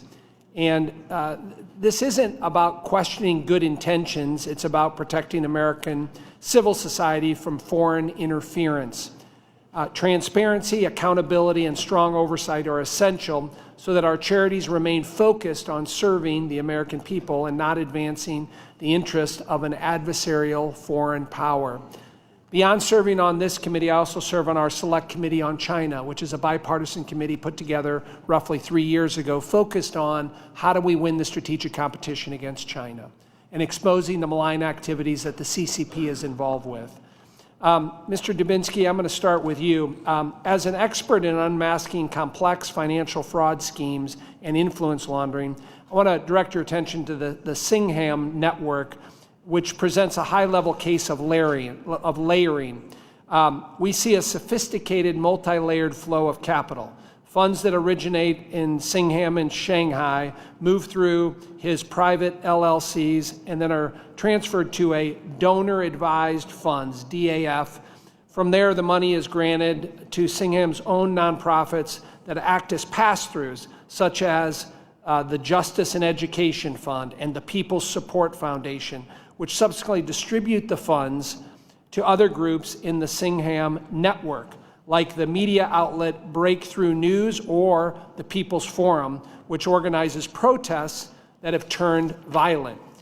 By the time the money reaches the end user, the original donor's name has been stripped away 3 or 4 times, and the tax-exempt status of the DAF and the other nonprofits has provided a layer of legitimacy to the entire operation. So from a forensic standpoint, what is the strategic advantage of using a major institution as a middleman, number one? And does this layering through the Donor Advised Fund, or DAF, make it virtually impossible for the public or proper oversight to connect the radical activities of a group like the People's Forum back to a benefactor living in Shanghai? Yeah, thank you for the question. You know, when you use a legitimate financial institution or a large financial institution in the process, it adds legitimacy to the process. So if you're having a donor-advised fund coming from a large major sponsor and that money's going through, it adds an air of legitimacy to it. It's almost impossible to unpack the layering that goes on in these structures. I spent 5 years investigating the largest tax fraud that occurred in the United States to date. Layering entities all across the world. It took multiple man-hours and time to unravel all that. Subpoenas, letters of rogatory to foreign countries to get information. It's next to impossible to try to get the information to do that. And the bad actors know this. They know that if they're jumping from place to place, jurisdiction to jurisdiction, things are running through different bank accounts, it loses the original identity, and that's the whole purpose when a bad actor does that. So it's a real problem. I don't have the answer for that.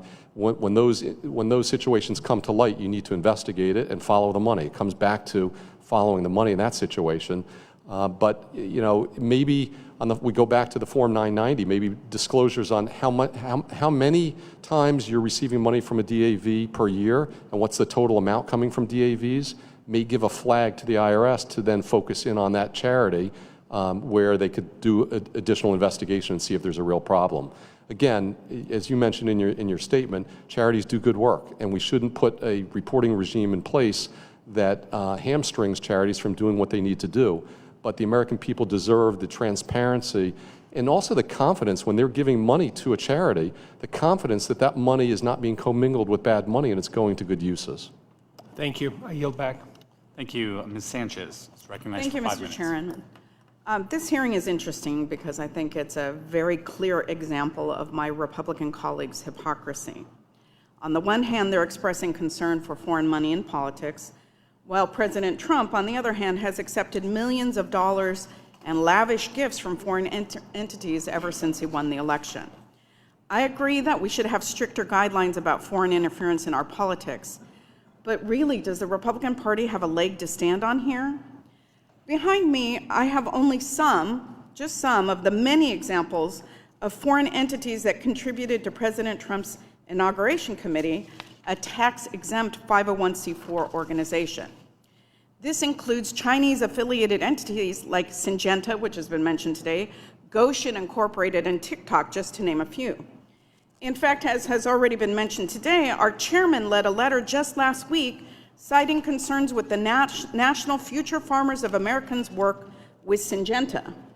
Our chairman forgot to check whether or not President Trump had money from the CCP-controlled Syngenta group as well. Not only has Trump taken foreign money, but he was also gifted a $400 million Qatari jet. Are we going to pretend that these donations don't have any bearing on politics? Even our chairman had concerns about that. Mr. Walter, you testified both today and in front of this committee in 2023 that we possess, I'm quoting you here, quote, "We possess near universal agreement that foreigners and foreign money should not meddle in our politics, end quote. And I agree with you on that. Clearly, however, our president has a different view.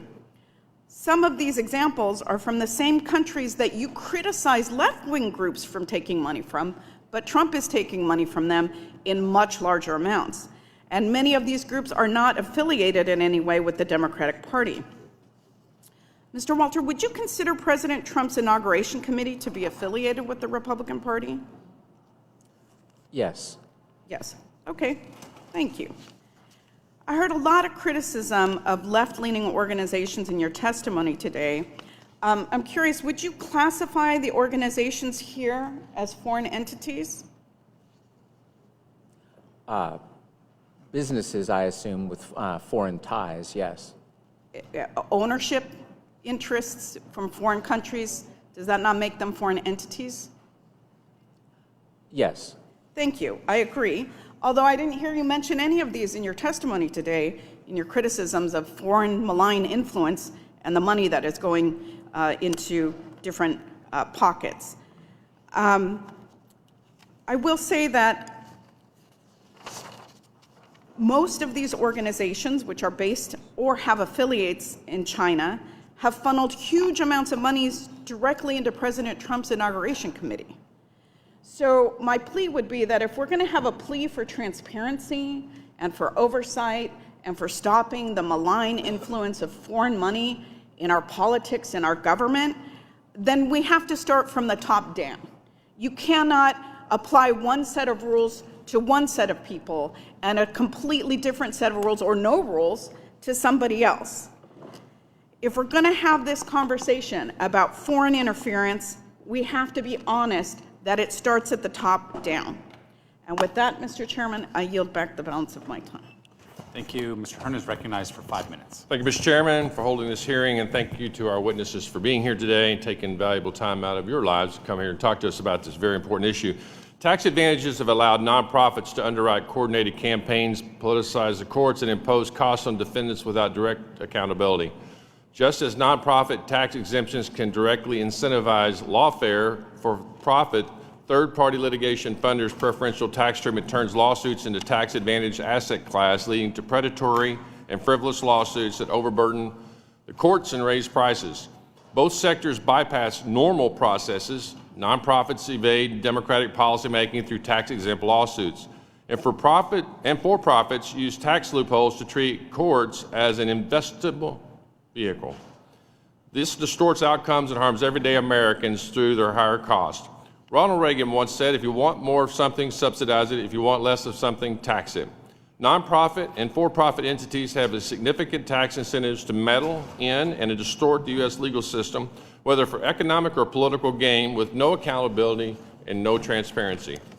Similar to the complex business structures of nonprofits, for-profit entities are structured to operate within our court system, in some cases tax-free or with preferential capital gains treatment. Mr. Walter, you have done a great job highlighting the concerns with foreign entities such as those tied to the CCP, funding U.S. tax-exempt nonprofits to support climate litigation and other lawfare against American energy companies. Unfortunately, nonprofits are not the only entity steering outside money into the U.S. legal system. Foreign-linked funds are investing in lawsuits against U.S. businesses across almost every sector of the economy for profit. I assume, based on your testimony today, that you believe we shouldn't allow the abuse of our tax code by organizations that characterize themselves as not-for-profit when they are more akin to agents of foreign governments. Is that correct? Yes. Would it be fair to assume that you would also be concerned about foreign-backed for-profit entities abusing our tax code in the pursuit of financing litigation? Yes, foreign financing of litigation is a real problem. Well, I'm glad we also agree on that. One reason this foreign capital is flooding into our courts is that these litigation financiers are adopting aggressive tax positions. They claim their deals are subject to capital gains rather than ordinary income tax rates. This allows some foreign funders to evade the U.S. tax code entirely. This is why I'm introduced the TPLF Act, along with over half of my Republican colleagues on the committee, to ensure foreign investors pay their fair share and that all for-profit litigation investments are taxed at the ordinary rate. As the committee continues to examine these ideas to address these very real concerns, I'm hopeful that we will work to address the tax treatment of both the not-for-profit and the nonprofit funders of litigation. With that, Mr. Chairman, I yield back. Thank you. Now recognize Ms. Delbene for 5 minutes. Thank you, Mr. Chairman, and thank you to all our witnesses for your time today.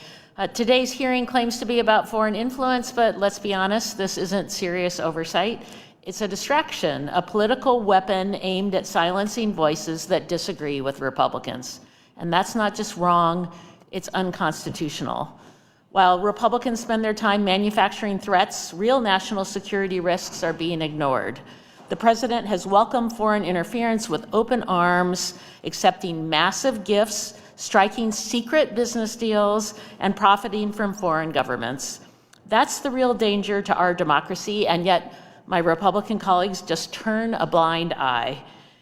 Instead of gutting the IRS, illegally firing several inspectors general, and weaponizing laws like Foreign Agents Registration Act against nonprofits, we should be restoring and strengthening enforcement and closing the loopholes that allow corruption. Mr. Weissman, can you explain how Citizens United opened the floodgates for unlimited, undisclosed spending in U.S. elections? And from a national security perspective, how this has had, how has this decision created vulnerabilities that foreign actors can exploit through shell companies and 501c4 organizations? So Citizens United in 2010 was a landmark decision changing completely the landscape of election financing. It held narrowly that corporations could spend whatever they want to influence election outcomes. It subsequently was expanded to include individuals, so super rich people also could spend whatever they want. What followed since then, but was not required by Citizens United, was a surge in what people call dark money spending, secret spending of an unlimited amount going to outside organizations, not directly to candidates, to influence election outcomes. We're at $1.9 billion in the last election cycle. Because the money is secret, we do not know how much of it is foreign. It should be zero, but we really have no way to know because of many of the kind of financial flows that colleagues on the panel have discussed today. There is an easy solution to this without overturning Citizens United. By the way, the Congress should overturn Citizens United through a constitutional amendment. There's an easy solution, which is the Disclose Act, which would require disclosure of all secret spending and would end affirmatively all foreign financing of U.S. elections. Disclosure and transparency. Also in your testimony, it shows that the DOJ scaled back the Foreign Agents Registration Act, or FARA, enforcement, while simultaneously threatening to weaponize it against disfavored viewpoints. How does this selective approach undermine constitutional protections? And what does it say about the majority's priorities when they ignore foreign money flowing through dark channels, but fixate on silencing domestic critics? Well, I think there is a huge concern about the authoritarianism of this administration and its effort as part of a tapestry of authoritarian actions to clamp down and intimidate critics. In the early stage of the administration, Attorney General Bondi announced we are not going to be enforcing the Foreign Agent Registrations Act. I think, as I said, it is not unreasonable to wonder whether that's because she herself had been subjected to it and that FBI Director Kash Patel possibly should have been subjected to it but did not register under it. In any case, that was the announcement. Months later, we became a new announcement that it would be aggressively enforced in limited circumstances that are plainly designed to punish the president's political enemies. The document that established that, the National Security Presidential Memorandum 7, is extraordinary in its scope of defining who it's going to target, allegedly domestic terrorists, but really political enemies, people with so-called extreme ideologies around race, gender, or immigration, people who express so-called anti-Christian views. What are the predicates for enforcement? Trespass. This presidential memorandum would have labeled a terrorist Rosa Parks and Martin Luther King. And also in your testimony, you highlight that 501c4 dark money vehicles can be used to launder foreign funds into U.S. election affairs influence, as you referred to. What are the most common pathways by which foreign money enters through 501c4 organizations? It's very elaborate now, sort of channeling money between entities, between shell companies, limited liability companies, into the C4s, and then on to super PACs. The C4s themselves are spending less now than they did in the early days post-Citizens United, and really serving as vehicles to funnel money directly into the super PACs. But again, we really can't trace the money because we don't have disclosure. Totally solvable problem. We need disclosure, and Congress can do that. Thank you so much for your testimony. I yield back, Mr. Chairman. Thank you. I now recognize Mrs. Miller for 5 minutes. Thank you, Mr. Chairman, and thank you all for coming here today. Wow, I didn't know it would get to be quite like this, and I do think it is such an important issue that we all need to use logic and facts to solve. Ms. Sutherland, the Federal Election Campaign Act is clear. Foreign nationals cannot donate to American political campaigns. However, your research shows a massive gap in how this is enforced. Foreign nationals can donate to a 501c4 social welfare organization, which can then in turn turn around and fund a super PAC or other political entities. In this scenario, is the tax-exempt organization required to disclose the identity of the foreign donor? And what are the real-world consequences of this donor scrubbing on the integrity of our federal elections? Thank you for that question. You've identified an alarming loophole in which foreign nationals are prohibited from contributing to a super PAC directly, but they are able to make unlimited donations to the 501c4 that then turns around and donates to the super PAC. And we actually see this play out in real time with the 1630 Fund. They are simultaneously funded by Swiss billionaire Hans-Jörg Wyss and bankrolling super PACs. This happened in 18, the cycle, 2020, 2022, 2024, and it's going to happen again in 2026 if we don't stop this.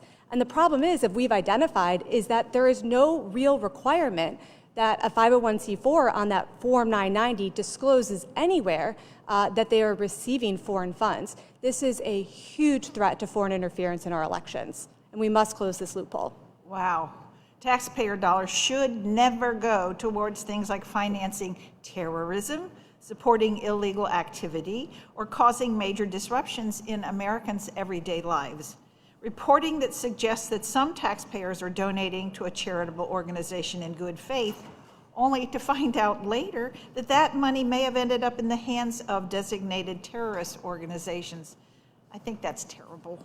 To hear that a tax-exempt organization that helped fund one of these groups is still active in America today is even worse.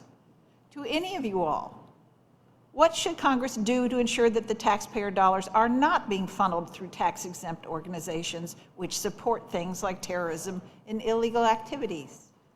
I got 2 minutes. Well, I think transparency is key. I think some of my colleagues here mentioned revising the 990, modernizing the 990. I also think that technology lends a hand. I know there's a lot of talk about this being a partisan hearing. There's digital footprints that will deny that. This is a puzzle that's been designed by hostile enemies, hostile countries, and they basically have the digital footprint is proof. The narratives that they're funneling through here are very closely coordinated. You could hear where they're planting those narratives.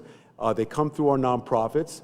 So it's not just the money. You take the digital footprint aside that. So to give an example of just how non-political this is, coming off a weekend of football, if you found out that a hostile foreign regime was trying to convince Americans not to talk about Tom Brady as the best of all, the greatest of all time, but instead was highlighting another sports star in another sport, popular in another country, that would immediately feel wrong to all of us. So that's what's happening, except take that same lens and apply it to our politics and our civil norms. So unless we could have a greater transparency, a systematic way of identifying that, I think the modernizing of the 990 is an excellent first step. I can also add, that's a great question. I think that we can always strengthen the penalties on the front end for the bad actors to deter the behavior from ever happening. As you said, it's horrible that tax dollars and charitable dollars end up financing terrorism, and that's often through the use of fiscal sponsorships. If we strengthen the penalties That can be financial penalties, that can be civil liability penalties, criminal penalties for the bad actors. It will deter them from even funneling that money to the wrong group in the first place. Thank you. Go ahead. I would tend to agree with the co-panelists have said. I used to ask my clients, do you look good in dark green or bright orange? And they look at me and I say, those are the colors you'll wear when you go to prison when you do things wrong. So I think strengthening the penalties where a nonprofit is knowingly using money in an improper way, I think needs to be looked at very seriously. And again, I'm not saying all nonprofits are doing that knowingly, but I think there needs to be a revisit of the penalties, both civil and criminal, in those situations. Should I yield back? Yes, please. Okay, sorry. I yield back. Thank you. And now recognize Ms. Chu for 5 minutes. Mr. Weissman, you highlighted in your testimony that in order to actually address improper influence in our elections and politics, this committee should be focused on closing the loopholes that allow dark money to flow through 501c4 organizations. One of those loopholes allows wealthy donors holding appreciated assets like corporate stock to donate that property to a 501c4 without paying capital gains tax. And in fact, in 2022, billionaire conservative donor Barry Seed transferred $1.6 billion in stock to Marble Freedom Trust, a right-wing 501c4 organization. This was the largest political advocacy donation in U.S. history, and it was totally tax-free for Seed, who avoided paying around $400 million in tax liability due to this loophole. And this kind of dark money influence is only growing. The 2024 federal election cycle saw $1.9 billion in dark money spending, nearly double the amount from the previous cycle. Groups like Building America's Future have used these structures to fund political messaging campaigns, and major donors, including Elon Musk, have helped bankroll such organizations. If donors in that position choose to contribute appreciated assets, they can do so anonymously and tax-free. And that's why I will be reintroducing my End Tax Breaks for Dark Money Act with Senator Whitehouse, which would apply the same tax treatment to donations of appreciated property made to 501c4, 501c5s, and 501c6 organizations as already applies to donations to 527 political organizations. So, Mr. Weissman, from your perspective, how do these tax and disclosure loopholes combine to expand the risk of secret and also foreign influences in our elections, and what are the risks if Congress fails to disclose them? Well, thank you. We very much support the initiative and the bill that you will be reintroducing.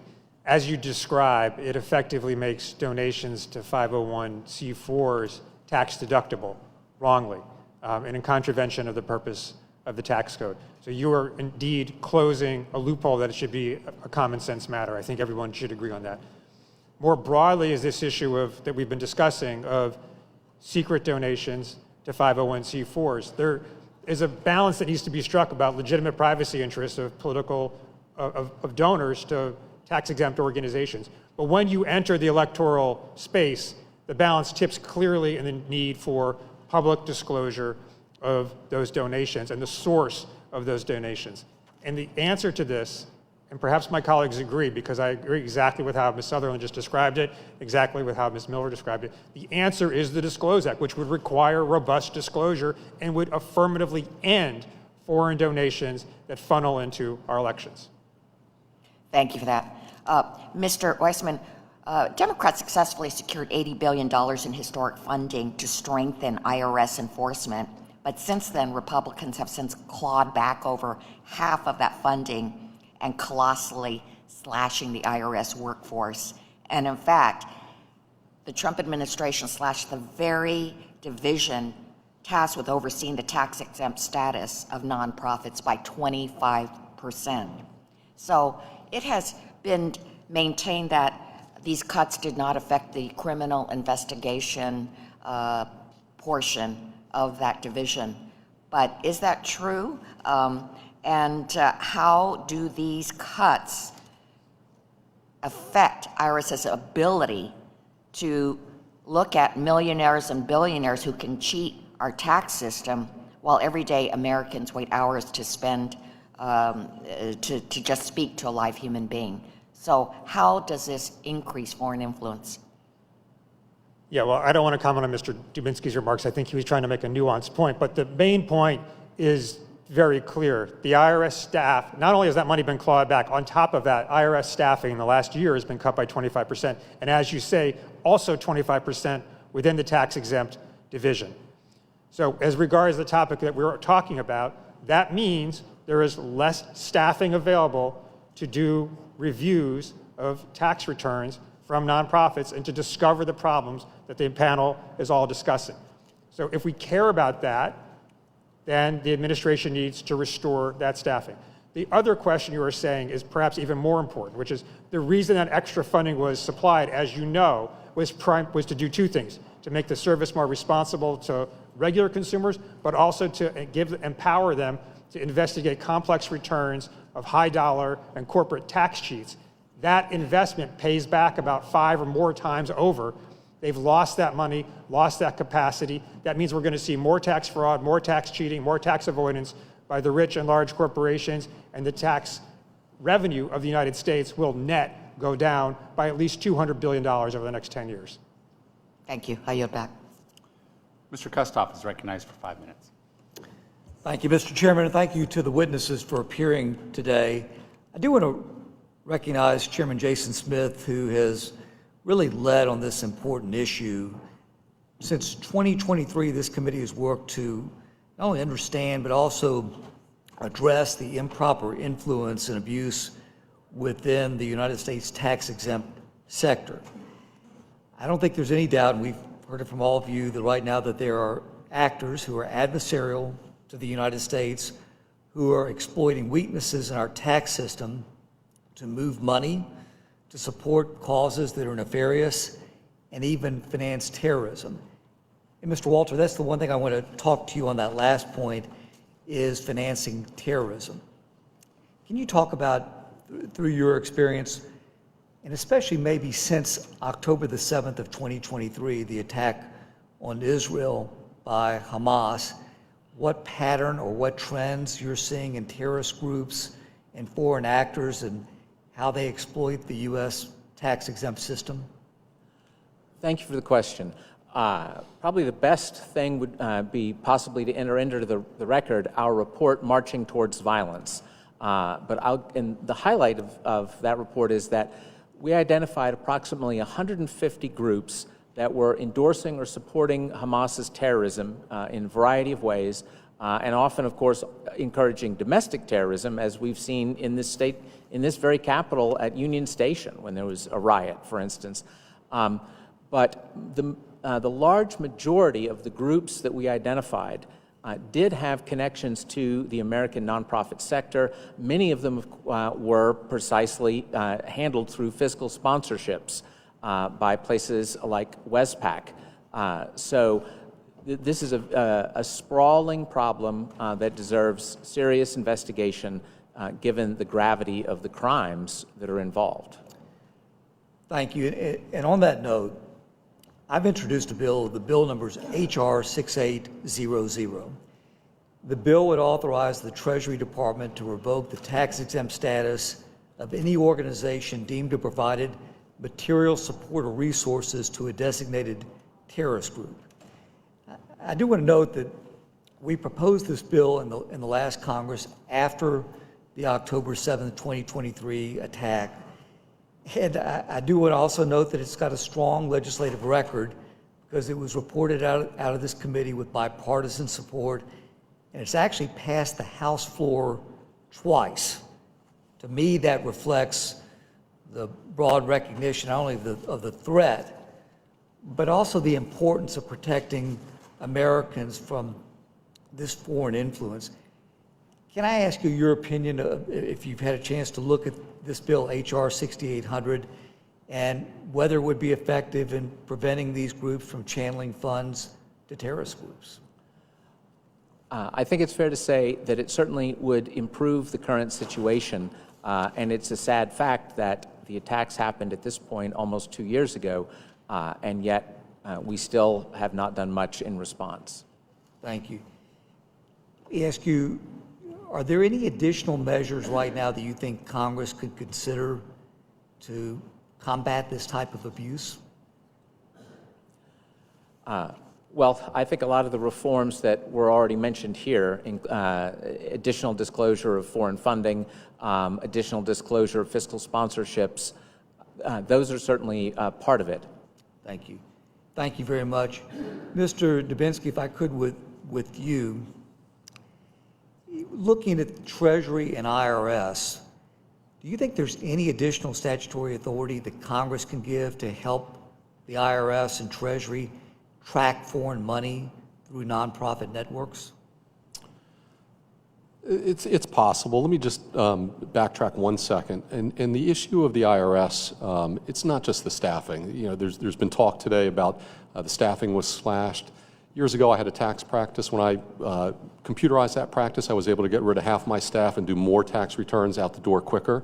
So I think the IRS needs to embrace technology, embrace AI. I think what this committee can do is charge the IRS with developing an AI system to go through this data, restructure the forms, as I said, use AI to work more efficiently, not just restore headcount, because headcount just doesn't mean that it's going to work efficiently. So I do take issue with some of the comments that have been made about that.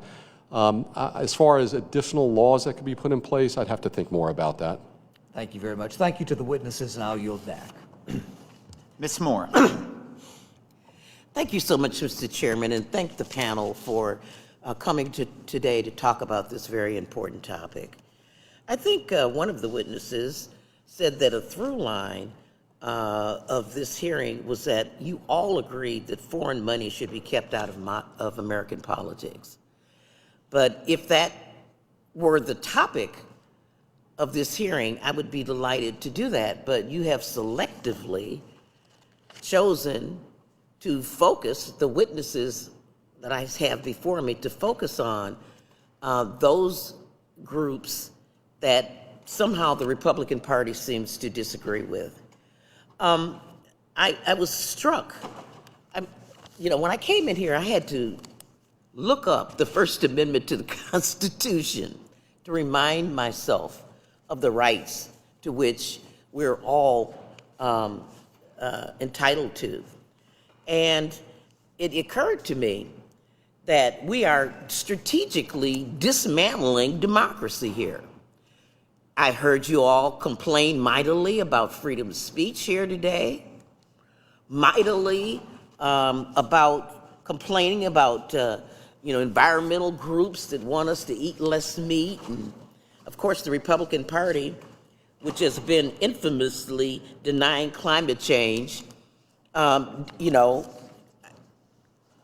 kind of groups that are funded to talk about the impact of fossil fuels on our environment is in the crosshairs of your studies and complaints here today. And I am just wondering, no free press, you talk about Code Pink, very irritating group to some people. But of course, they are protesting war, protesting aggressions, and they have a constitutional right to do that, whether we agree with them or not. Those safeguards are built into our Constitution, the First Amendment to the Constitution. And sir, I forget which one of you gentlemen talked about your teenage daughter being afraid for, she'll be just fine. America was built on teenage daughters standing up for justice and protesting in this country. Now, you guys want me to keep the main thing, and talk about what we're talking about here today, and not talk about CZ and the money laundering and the fact that 87% of Trump's stable coin is held by him and his pardon. You all don't want me to talk about that. So let's talk about another 501c3, Heritage Foundation. Mr. Weissman, the Heritage Foundation has received funding from many foreign corporations, to my knowledge. Some of the stuff we agree with and some that we don't. What is the impact of having, cherry picking through? How do we get to ending abuse of 501c3s if we're just going to cherry pick through them? Well, I appreciate your remarks, Ms. Moore, and the answer is, of course, that we can't. And what's worrisome is that there are legitimate and important policy issues here about which there may actually be some reasonable agreement on the panel, but the conversation is focused on viewpoint. And it's a problem when that is happening on the panel. It's a problem when the committee is focusing on viewpoint rather than on the broad issues. But it's the most severe problem when the President of the United States is threatening organizations based on their viewpoint, as he has done. And by the way, Mr. Weissman, can the President do an executive order and really eliminate our ability of 501c3s to lose their tax-exempt status? Well, he should not be able to do that, but if he orders the IRS to selectively persecute and prosecute organizations, I assume that they're going to do it, and I am deeply worried about that. I'm deeply worried about it from the perspective of our constitutional structure. I just want to recall, I'm surprised that I see we got one of the Selma sisters here today. She was born in Selma, Alabama, and my time is about to expire. I'm going to ask her to recall, if she can. She's a very young person, but I recall Alabama, her home state, trying to ban the NAACP, getting them to lose their 501c3 because they have consistently, since its inception, the NAACP, a respected organization, has fought for civil rights, fought against discrimination in education, in housing, and it's a revered organization that deserves its 501c3 status. I'm sorry, Mr. Chairman, my time has expired. I thank all of you, all of our witnesses. Mr. Fitzpatrick. Thank you, Chairman Smith, for yielding and for holding this hearing today. Tax-exempt nonprofits who are acting as fiscal sponsors of groups interfering with our elections and institutions, harboring terrorist sympathizers, and fueling anti-Semitism must be investigated and held accountable. The House of Representatives has long maintained a transparency standard. To receive press credentials in this institution, a news organization, even a nonprofit, must demonstrate that it is operated independently of any government, institution, or lobbying group. The goal of this policy is simple: to ensure that those with special access to this building are not merely fronts for hidden or corrupted interests. We see a starkly different standard for the nonprofit sector at large. An organization can spend millions of dollars to influence the outcome of an election while being managed by individuals who may have undisclosed ties to foreign entities or foreign governments. Ms. Sutherland, we'll start with you. First, your perspective of why the House would recognize that undisclosed funding is a vehicle for hidden influence when it comes to journalists and credentialing journalists, but yet we ignore that same risk when it comes to nonprofits who are engaged in political advocacy. And second, should the anti-front group logic be the baseline for how the IRS vets the operational independence of all tax-exempt organizations? Thank you for that question. I think the theme here is that we all agree that there can be more transparency when it comes to foreign donations. And you make a great point as far as we want to make sure that our press corps is not a hidden front group for malign foreign interference. We want to make sure that someone with the press credentials is not just serving the mouthpiece of the CCP. And I think the same can be said for our nonprofit sector. We want to make sure that our nonprofits are not merely front groups for foreign governments, foreign charities, and foreign nationals. I think at a minimum, that would certainly be a violation of FARA, but I think we can go further as we've identified some really good solutions to prevent foreign donations ending up in the advocacy sector. Thank you. I now want to move on to discuss the role of social media efforts to spread malign influence by foreign actors. Mr. Soon, your organization, NCRI, has been able to map how Russian troll farms and bot networks don't just post content, they actually game out social media algorithms to manufacture a false sense of viral consensus around a topic or an entity or an individual. Your research notes that for a foreign narrative to take root, it often requires a bridge into domestic institutions. We are increasingly seeing evidence of foreign state actors, including Russian proxies, using U.S. tax-exempt organizations to fund so-called digital advocacy that mirrors our own geopolitical goals. Mr. Soon, from a data science perspective, can you share with us how foreign-funded nonprofits serve as laundering mechanisms specifically for the Russian-style bot operations? Thank you. Well, we see this over and over again. Groups like Code Pink or the Answer Coalition are key examples where they show up repeatedly in records from the Iranian state media as top U.S. contacts, and that's not a coincidence. That's an ongoing relationship. They travel to Iran, they meet with regime officials, they come back, and then they run digital campaigns promoting across social media that Americans need to lift sanctions and stand down. Every time they do it, they get more funding, they get more media, and more amplification online. And that was my point earlier about not needing spies anymore. This is being done in the open using our own systems. And Americans need to recognize that when they see these protests that happen in a matter of hours, mentioned Selma and other really important moments in American history, it takes days, weeks, months for people to figure out how to get 100,000 people into a certain area, or even 500 people in some cases. But here with social media, when you have these nonprofits that are doing the bidding of a foreign regime, they could be galvanized in a matter of hours to show up at a location, and that overwhelms emergency services. Emergency services are not designed to respond to that type of a galvanizing of protesters. They expect protests to grow organically and slowly over the course of a day, not have 10,000 people show up somewhere with just a touch of a button through a few social media accounts. So when you think about the national security threat, imagine a foreign hostile regime was planning an attack somewhere in the United States.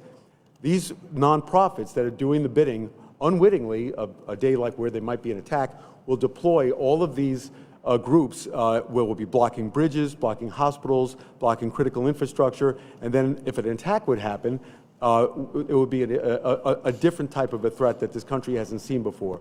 So I do think it's important that we look past the politics and recognize that this is a digital laundering operation that can galvanize at a scale that we've never seen before Americans to show up and put themselves and others in harm's way unwittingly. Thank you all for your testimony today. I yield back. Thank you. Mr. Arrington. Thank you, Mr. Chairman, Ranking Member Moore, and our panelists.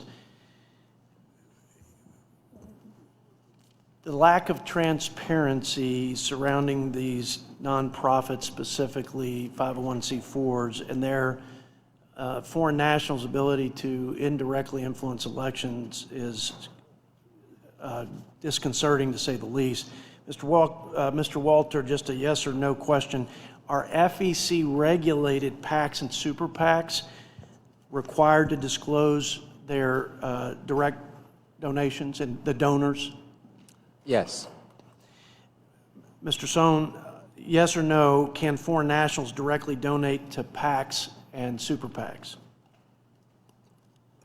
I'm not as familiar with that topic given my expertise and why I'm here. But anyone want to take that question? Ms. Sutherland. No, foreign nationals are prohibited from directly or indirectly contributing to candidates' PACs, super PACs. Okay, so U.S. citizens can, they disclose. Foreign nationals can't, period. Now, Ms. Sutherland, we'll stay with you. You seem to have the answers here. Yes or no, are foreign nationals able to donate to 501c3s and 501c4s? Yes. And so let me ask everybody this question. Is this a loophole when a 501c4 can take the money from a foreign national? U.S. citizens have the right to exercise freedom of speech and association, but they disclose it in the light of day. And then we leave the back door open for foreign nationals. This isn't a partisan issue. I don't care what the cause is, but they're able to influence political causes and candidates in the dark of night. Am I reading that right? I'd call that a loophole. How would you describe that? No, that's absolutely correct. And what we have here is that it comes down to how we define elections. Foreign nationals are prohibited from directly or indirectly influencing our elections. That means candidates, PACs, super PACs, and participating in your campaign's decision-making process. But all those other electoral tools that matter up to and including on Election Day, the issue advocacy campaigns, the nonpartisan GOTV voter registration, because those are not technically elections, a foreign national can finance them. So the solution isn't to change the definition of what is and is not as an election, but to expand the prohibition of what can and cannot be financed with foreign dollars. Because what we have here is that if there's a television advertisement that's not saying vote yes, vote no, can't use foreign dollars for that. But if you're saying that look how great Senator so-and-so did on this bill, call him and tell him a good job, that issue advocacy television advertisement can and is being paid for with foreign dollars. Mr. Weissman, do you agree with that? That there's a loophole and that there's some details where I disagree with. Okay. But with what you said, I 100% do agree. I think you're exactly right. And the solution to that is the Disclosure Act. And the only thing I would amend your comment, it is most serious for sure with foreign nationals coming in. It is not true that all Americans are disclosing their money. Most of the secret spending by far is coming from Americans who are not disclosing and using these vehicles also. And I don't like that either, so maybe we are in agreement. Here we are, Democrat witness, Republican from West Texas, in complete agreement on that. Complete agreement. I mean, we all have to be there on transparency. We just have to. And there's more work you're saying on the U.S. citizen side, but we all agree on this backdoor foreign national influence. I think look, when we have this sweet spot and we're coalescing as a body, both Republican and Democrat, we ought to act and execute with urgency. Ms. Gwen Moore is a good friend, happens to be a Democrat, and she's shaking her head up and down. Do you want to comment in my remaining 40 seconds? Thank you, Mr. Arrington. And again, I just want to reiterate the through line is that none of us want to see foreign influence, particularly in our elections.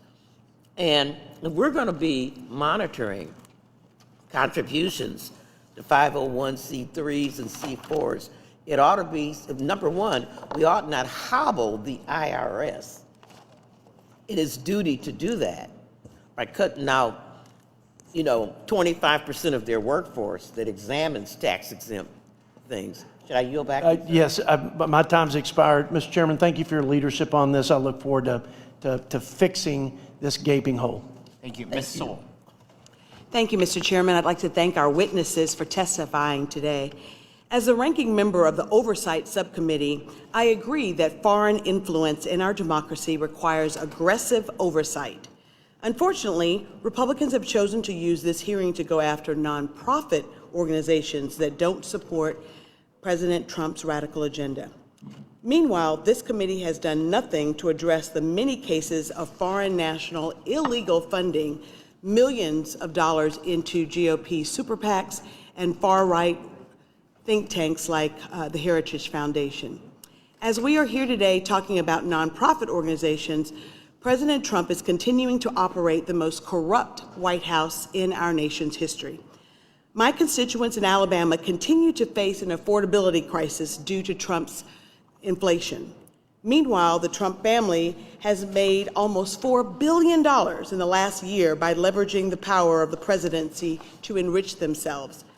My question to my Republican colleagues is this: why have we done nothing on a hearing of Trump's personal profit from overseas licensing agreements?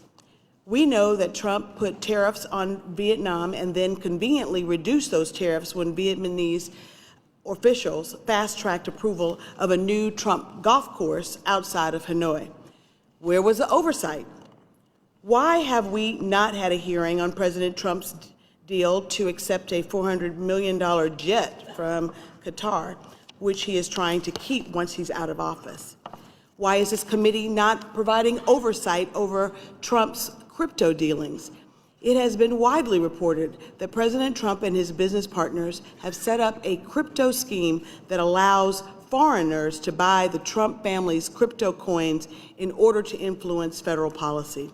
For example, Reuters reported last summer that a United Arab Emirates investment firm announced a $2 billion investment in Trump's cryptocurrency. 2 weeks later, the White House magically gave the UAE access to hundreds of thousands of the most advanced computer chips. President Trump has proven time and time again that he will prioritize his own wealth over the interests of the United States and the American people. Mr. Weissman, in your testimony, you talked about President Trump's foreign dealings. Whether or not Trump's actions violate the Constitution's Emoluments Clause, they absolutely violate the spirit of the Constitution. What reforms should Congress consider to ensure that no future executive uses the office of the president to personally make billions of dollars, while poor constituents in rural communities like mine are literally barely able to afford food and medicine? Thank you for your question. I think it's important to underscore what you said. The enrichment, the self-enrichment is unseemly. That's not the biggest issue. The biggest issue is foreign governments and domestic corporations are spending money to influence the president. Again, we don't have to conjure some indirect process in a magical mystery of conspiracy. It's happening in front of our eyes. They're making direct payments, and there's every reason to think that identifiable decisions are going the other way because foreign governments have channeled money to the president and his family. Yeah, you know, our oversight duties, I mean, we are accountable to the American people, and we should be having oversight hearings about just this foreign influence by our president. For any of the witnesses, how about you, Mr. Walter? This question is to all of you, but according to your testimony today, you all have said that taking foreign influence in our democracy is very serious. Therefore, I am giving you the opportunity right now to condemn President Trump's willingness to accept funds from foreign interests. Will any of you go on the record and condemn any of the actions that I have just mentioned? Any of you? Mr. Walter. I'm sorry, but I can't say that I have studied those, and I didn't understand that this hearing was going to involve inaugural committee contributions rather than nonprofit. Ms. Sutherland. Thank you for that question. Same answer. I've been prepped to talk about foreign influence in the nonprofit sector. Mr. Son. I think there's some hope to what you're saying in the sense that this Congress and the executive branch work together to rid TikTok of exercising foreign influence. My organization actually identified, it is in the DOJ documents, our organization is identifying manipulation. I take that as a no. Our last witness, or next to the last witness. Look, I'm a forensic accountant. I'm not a politician. And from the standpoint of both cleaning it up on both sides, I think the American people want to see things cleaned up on both sides of the aisle. Mr. Weissman. Yes, of course, I do condemn that, and I think it's a strange thing to say you're an expert on foreign influence channeled through a particular means when your underlying concern is foreign influence. And we're seeing the most blatant in American history foreign influence exercised right in front over of our our government. eyes. With that, Mr. Chairman, I just wanted, or Ms. Chairman, I wanted to just reiterate how important our oversight responsibilities are, and I look forward to working with all of you in making sure that we bring this to light. Thank you. The gentleman from Florida, Mr. Stubbe, is now recognized for 5 minutes. Thank you, Madam Chairman. Mr. Dubinsky, in your opening testimony, you stated that the transparency deficit in our current system is being fueled by the growing use of donor-advised funds, which effectively strip the identity of the original donor away before the money reaches the recipient. You describe these anonymous grants and fiscal sponsorships as vulnerabilities that allow money to flow with almost no public visibility. Most importantly, you shared your professional judgment that a practical and cost-effective remedy would be to modernize Form 990 with standardized questions to generate structured data for the IRS. Mr. Dubinsky, based on your 40 years of unmasking the labyrinth of shell companies and offshore schemes, how would this shift to structured data allow investigators to use AI to flag foreign influence in a way that current paper-based honor system cannot? Very easily. The use of AI looks at both structured and unstructured data. It can look at typologies. It can look at the footprint. It can look at a vast amount of information very quickly across a universe of information. The human just simply can't do that. When we launch an investigation, it takes a lot of manpower to lay eyes on documents and start tracing things. Properly developed AI systems can make that, cut that way down. So that's why I said it's not a matter of the headcount at the IRS, it's a matter of working smarter, more efficiently, using technology as your friend. How common is donor-advised fund to donor-advised fund or multi-intermediary routing, and does that materially frustrate oversight? It does, because once the money goes into a donor-advised fund, it can sit there for several years till a request for a grant is made. And the request comes in, the donor-advised fund will either honor it or not, but most of the time they'll honor it. It goes to another DAV, it could. And so it's layering and masks the identity over many years. So trying to trace that becomes very difficult. And in the donor-advised fund context, where does screening actually fail most often? Donor source, sponsor intake, downstream grantee, or what's the consequence when it fails? I think on the donor intake mainly, because if it's like the AML laundering. If you only know the first layer in it and you don't know who's behind the layer, that's all you can look at. So if the donor looks legitimate, but you don't know where that donor got the money, that becomes an issue. Right. Mr. Walter, what about donor-advised funds make them attractive to influence campaigns, insulation, anonymity, plausibility, deniability? What would you say? Well, of course, all of those things. I mean, again, donor-advised funds were created to help encourage good charity in America, but they are easily abused by bad actors. So this is like a structural vulnerability in our charitable system. Would you agree with that? It is, yes. Ms. Sutherland, how often are DAFs used as a cutout to fund policy fights in ways that prevent the public from connecting the founder to the outcome? Thank you for that question. I think that it can happen quite frequently. In fact, just last night, Gabe Kaminsky of the Free Press published an article identifying how almost $40 million was funneled through a DAF and ended up into a 501c4 that ended up supporting Kamala Harris's campaign. Do you see donors loading money into DAFs in election years for deductions, then deploying grants later to avoid scrutiny and timing accountability? I'm unable to speak to the specifics of the money moving in and moving out, but we are able to identify that DAFs can be conduits for foreign influence. Rockefeller Philanthropy Advisors, a large donor-advised fund, does receive hundreds of millions of dollars in foreign funds. If Congress increases inflows to DAFs without fixing the guardrails, aren't we just expanding the size of the black box?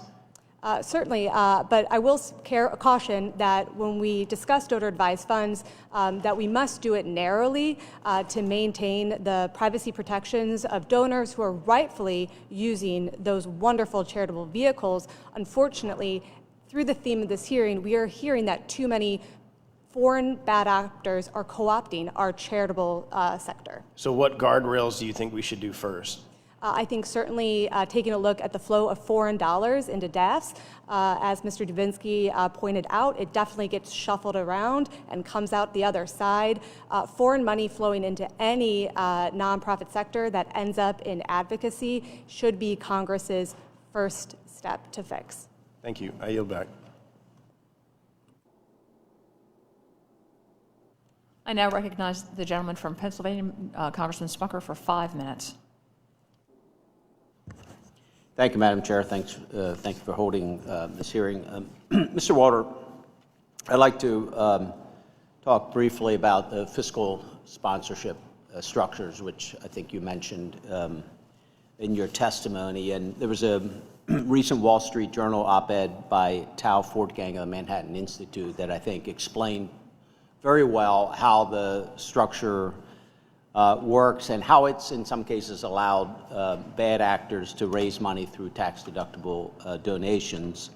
And I think I want to say, and I want to see if you agree, they are often used for legitimate purposes to help new nonprofits sort of get off the ground, if you will. But it also can allow a non-exempt entity to maintain limited public disclosure, which is really what I'm working to get at with a bill I'm working on. So do you agree with that assessment? Yes, Congressman. Yeah, based on your research, is there an example for those listening that you could point to that would exemplify that gap in transparency? One of the most egregious examples of the abuse here would be a fiscal sponsor that was helping Samadoun, which is tied to terrorism. I believe it was the Biden administration as Treasury Department that designated them in that way. Thank you. Are nonprofits currently required to disclose fiscal sponsorship activity on their annual tax returns? I think I would call it best practices. So it sometimes happens, but it is not required by anything. Yeah, my understanding is it's not required, but as you said, they can choose. Folks can obviously choose to do that. So as we're considering reforms to the Form 990, the tax form, what basic information would you suggest would help the public better understand how tax-deductible donations flow through these arrangements? Do you have any ideas? Certainly. The one simple thing would be requiring that sponsored projects be named on the 990. Perhaps the basic budget of revenues, expenses, assets. You certainly could also designate a person as the principal officer for the fiscally sponsored project.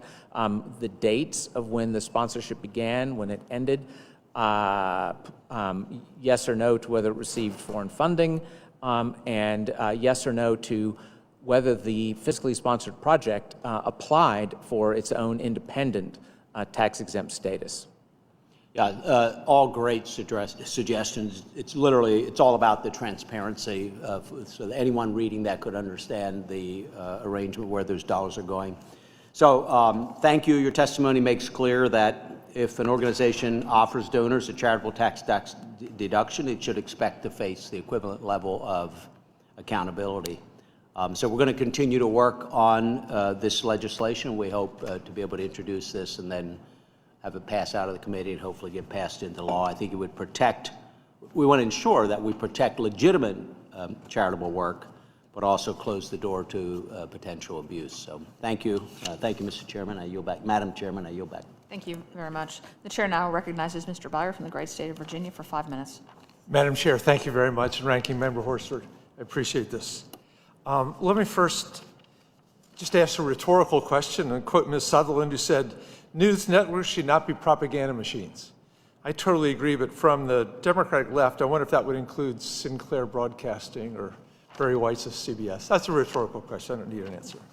I'd like to quote Scott Walter. Mr. Walter, you said, "We possess near universal agreement that foreigners and foreign money should not meddle in our politics. To ignore this overwhelming Democratic consensus against foreign meddling is to suppress our democracy." I heartily agree with you. And I think there's a lot to learn from this. And for example, 990 reform, I'd love to be participating in that. We don't want foreigners affecting our elections. But I think I want you to share my horror at the amount of dark money that poured into 7 battleground states at the end. Billions of dollars. We have no idea where it came from. I can't determine where it came from. Or I think it's the nth hypocrisy to be concerned about complaining about American nonprofits without addressing the unbelievable corruption of this Trump administration, sparked by a president who seemingly put a for sale sign out the White House. So any foreign country individual with business for the U.S. government, you can buy billions of dollars with the president's cryptocurrency in exchange for access to advanced American AI chips. You can strike deals with the Trump organization to develop hotels, casinos, golf clubs in exchange for advanced military aircraft or relief from U.S. tariffs. You can get $2 billion into Jared's investment fund in return for other favors. People have mentioned the jets over and over again. The degree to which this president has enriched himself and his family at the American people's expense, and open the door for wealthy foreigners to influence U.S. policy directly. You complain about the people investing in the Sierra Club or the League of Conservation Voters or the Center for Biological Diversity. They just skip it. They go right to the policy itself. They don't skip the elections. The only thing that's concerning about the rank corruption, though, is my Republican friends, whom I admire and like, who've been Where are you? Why have you been completely silent about the sale of our government to foreign officials? Mr. Weissman, you talk about how this administration has worked to undermine our laws. Have you ever seen anything in American history, Democratic or Republican presidents like this? No. What do we do? What's the cumulative effect of the attacks on the IRS, firing all the inspector generals, the DOJ public integrity, not enforcing FARA?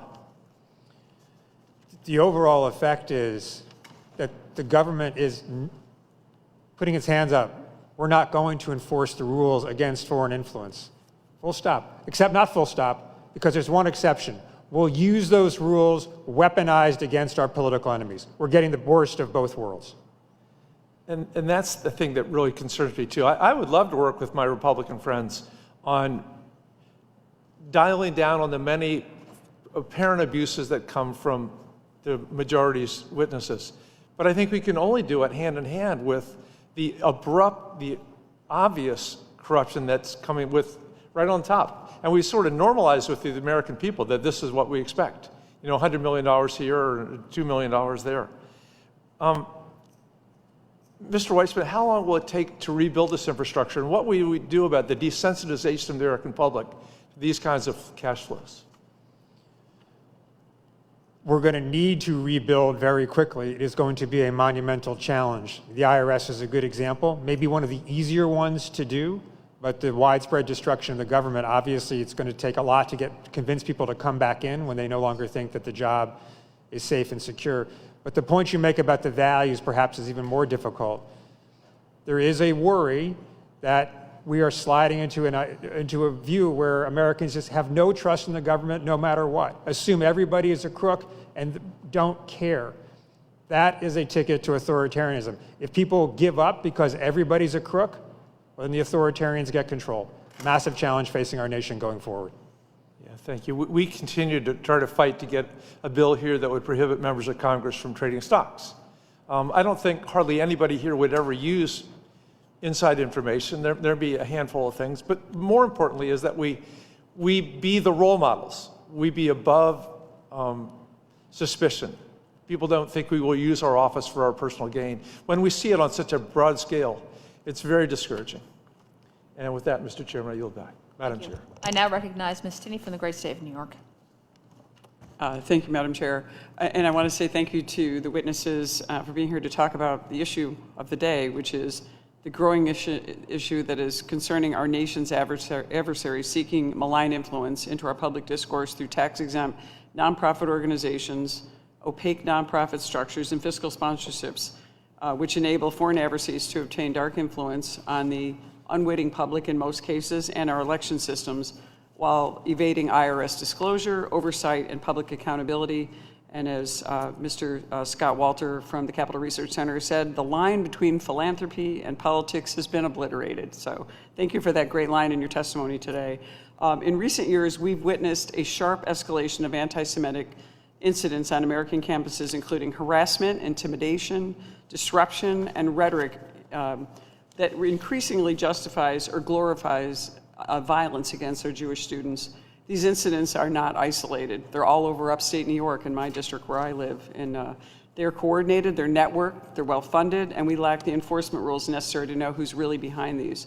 It's also been exposed that these groups seek to disrupt and influence our election systems by proposing ballot initiatives at local and state levels using these nonprofits as cover within the United States.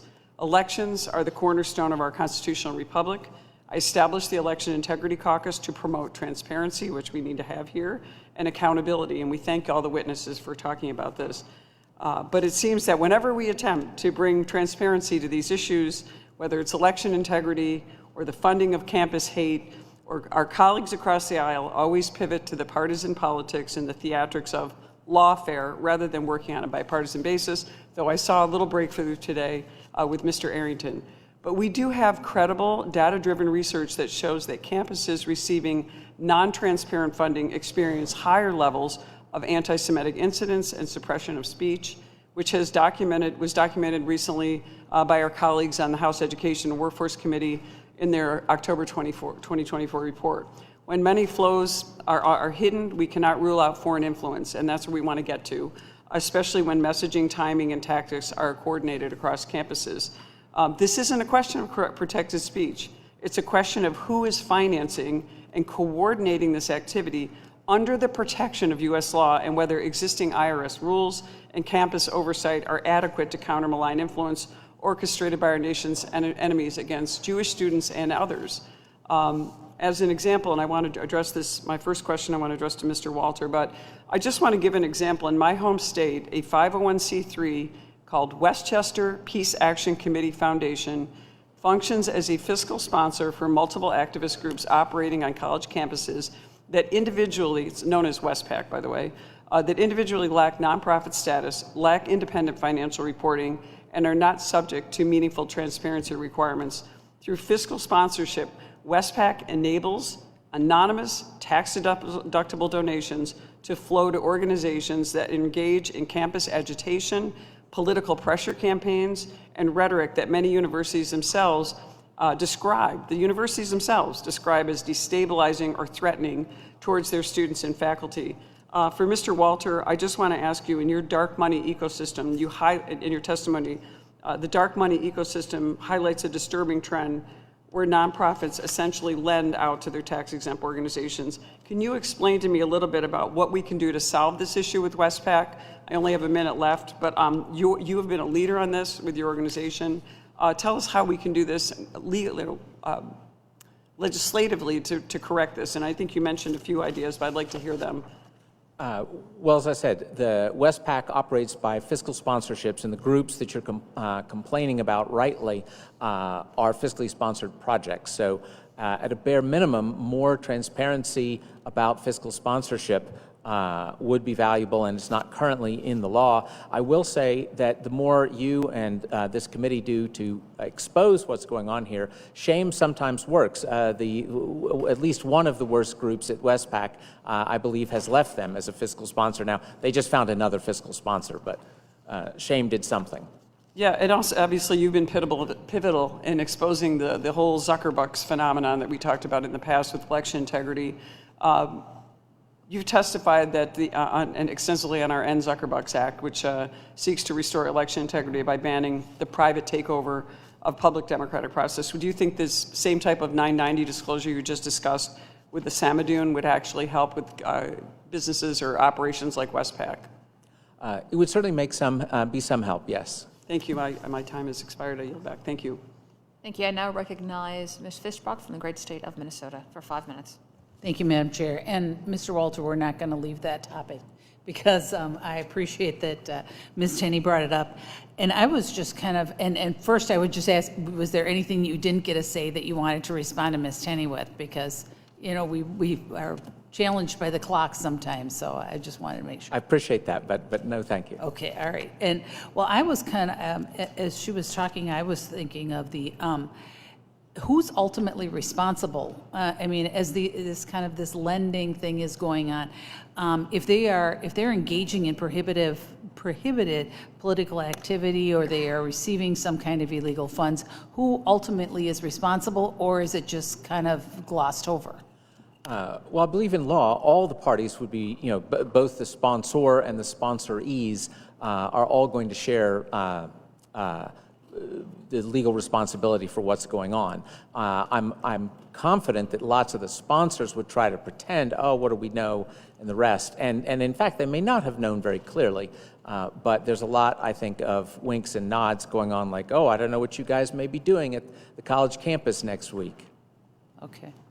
Well, thank you very much. And do you feel like it is, I mean, you didn't speak about any specific cases, but do you feel like that the prevalence is just wink nod? Oh, we don't know what you're doing. I mean, there's nothing being prosecuted. There's none of the transparency is there, so we really can't get at it. Would that be a correct statement? Well, the part of the trouble is that if you were trying to do something criminally, you would have to prove all the things required under the criminal law for conspiracy. And one of the things is actually knowing clearly what's going to happen. And obviously, I suspect some of the bad actors are very careful not to know what's going to happen. So being able to just eliminate that kind of relationship would be far more effective than... Well, certainly exposing it. Now, again, in the case of groups that we know, if a group is constantly organizing demonstrations that get wildly out of hand and become illegal, I think it would be reasonable for there to be serious investigations to see who knew what when. Thank you very much.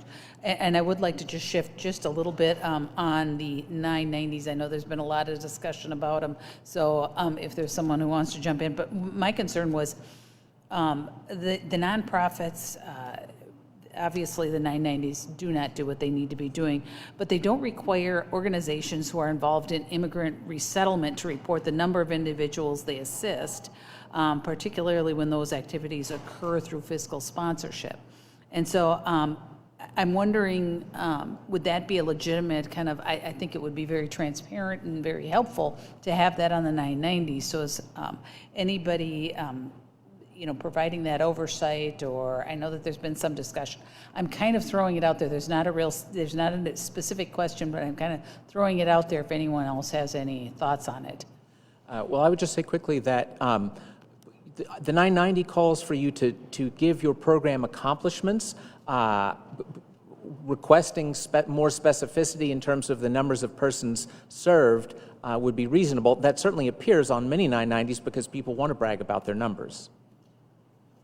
I'd like to build on that. So we at the NCRI, we look at what an organization says it does in its mission, and then we also do digital mapping to see what they're actually doing in the real world. So let's take the example of CARE California again, where they received an enormous amount of money. I think it was $7 million to provide this Afghan refugee immigration service to help them resettle. So once we've identified that they had been promoting their immigration services quite robustly, and then they get the money from the taxpayers. As soon as they get the money, we did a digital mapping to try to figure out, are they promoting these services more now that they received all this money? And when we looked at their website, their social media, they dropped their promotion of those services by more than 50%.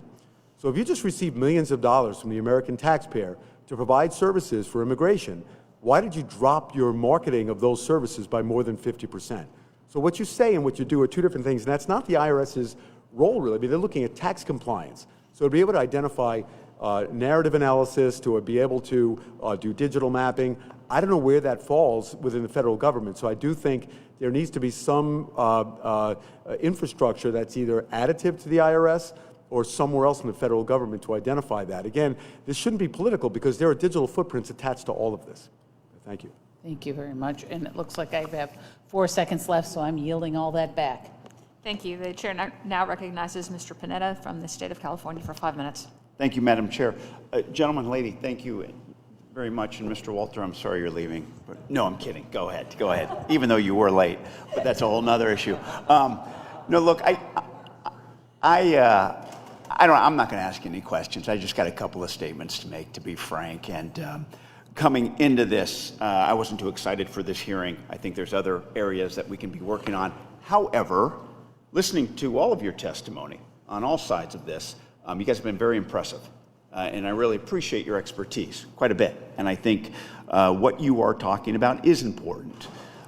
In all areas, though, obviously not just in nonprofits, in our White House, in our elections, in all areas, we have to keep out foreign influence. So I guess the one piece of advice I would say to all of you who are experts, I would say, is I think you sense the frustration from our side of the aisle about the potential for hypocrisy, and that you're so good on one area, especially when it keeps out foreign influence, the least you could do is provide an opinion on other areas as well, rather than just kind of put up a shield and say, I'm not an expert, I can talk about it, because I think it kind of dings your credibility a little bit. That's all. And you guys got a lot to talk about, and but like I said, I don't think you guys have a lot of credibility. Maintain that credibility by not being afraid to talk about foreign influence in other areas of our government as well, is what I'd recommend.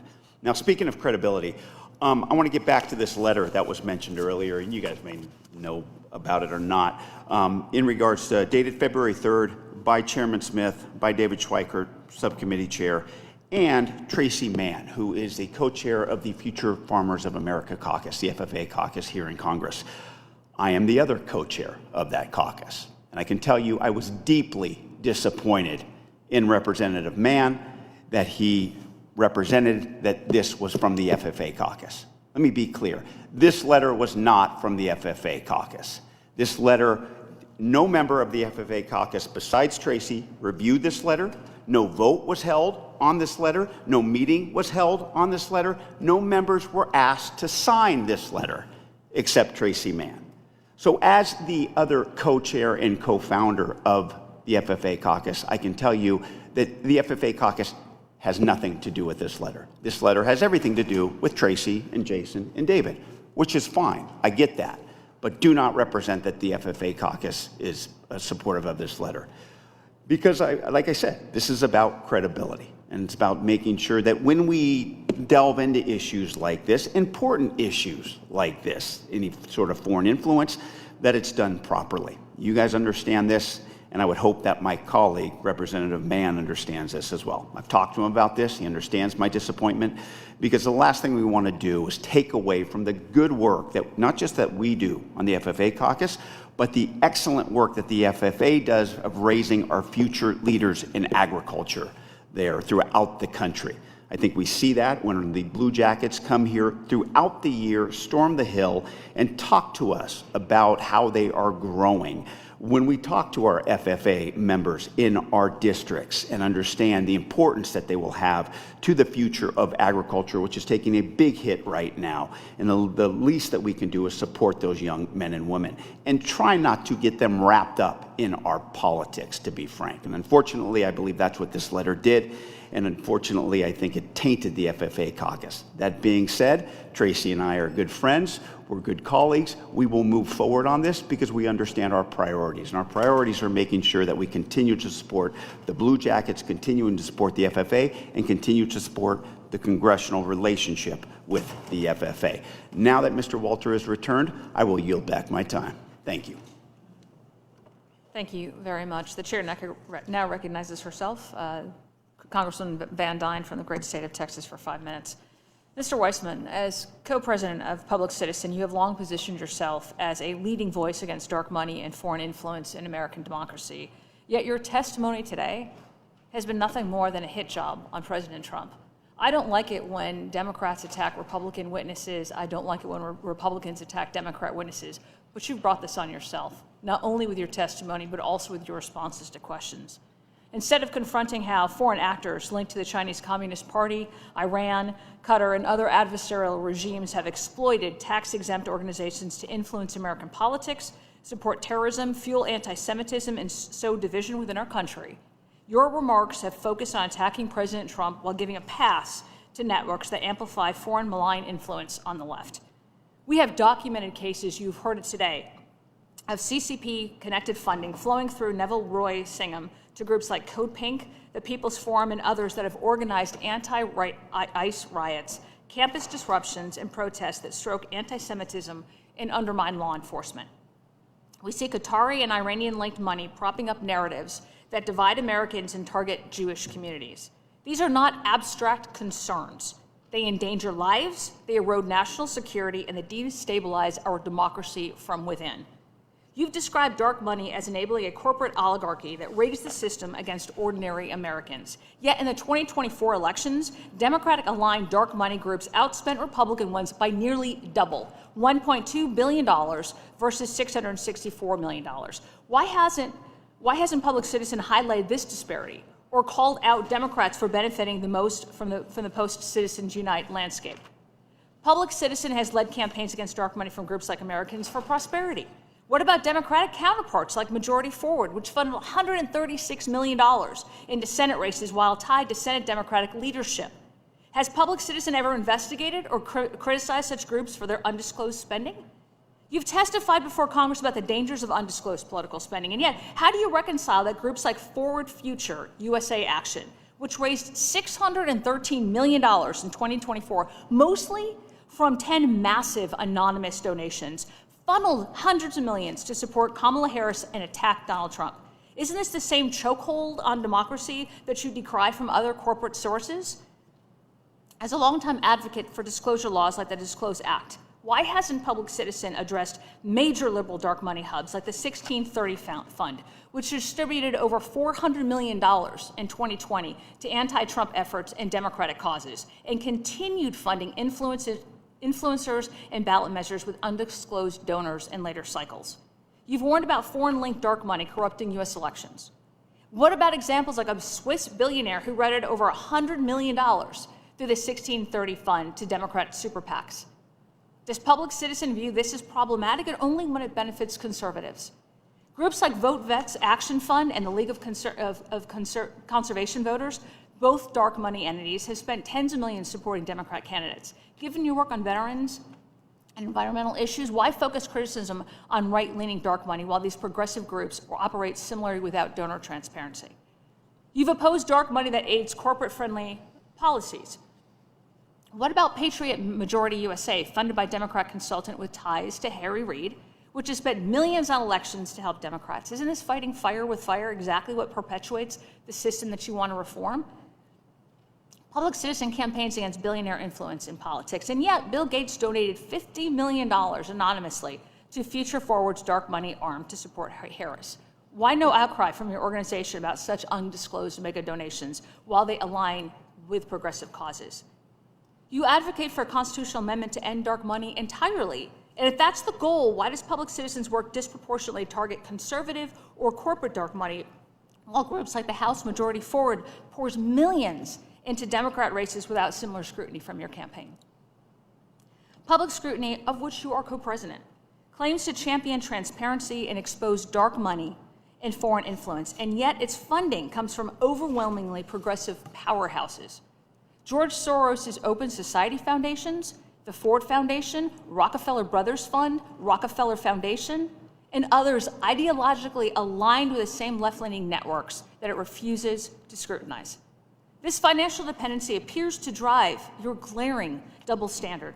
In your testimony, you turned what should have been a serious examination of CCP-linked funding, Qatari money fueling anti-Semitism on campuses, and Iranian-backed networks that are sowing discord into a blatant, one-sided hit job on President Trump. Your testimony was not about protecting democracy from foreign threats. It was about weaponizing a national security hearing to smear the president. And until you and my Democrat colleagues apply the same rigor to your own funding ecosystem and to left-leaning dark money networks, your calls for reform are pretty much hollow and your credibility compromised. I yield back. Will you permit me to respond, Madam Chair? I now the chair now recognizes Mr. Kerry from the great state of Ohio for 5 minutes. I want to thank the chair, and I want to thank all of our witnesses.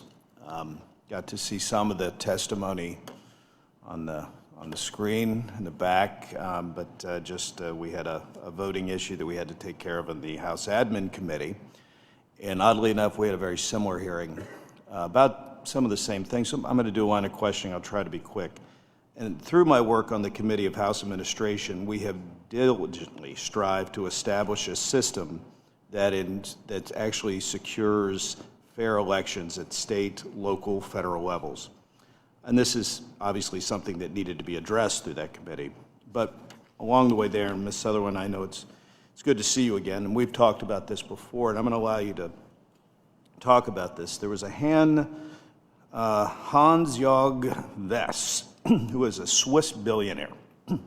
Again, a Swiss billionaire who funneled millions of dollars through this organization called the 1630 Fund. Now, this 1630 Fund, great catchy name, was to influence a number of ballot initiatives in the state of Ohio.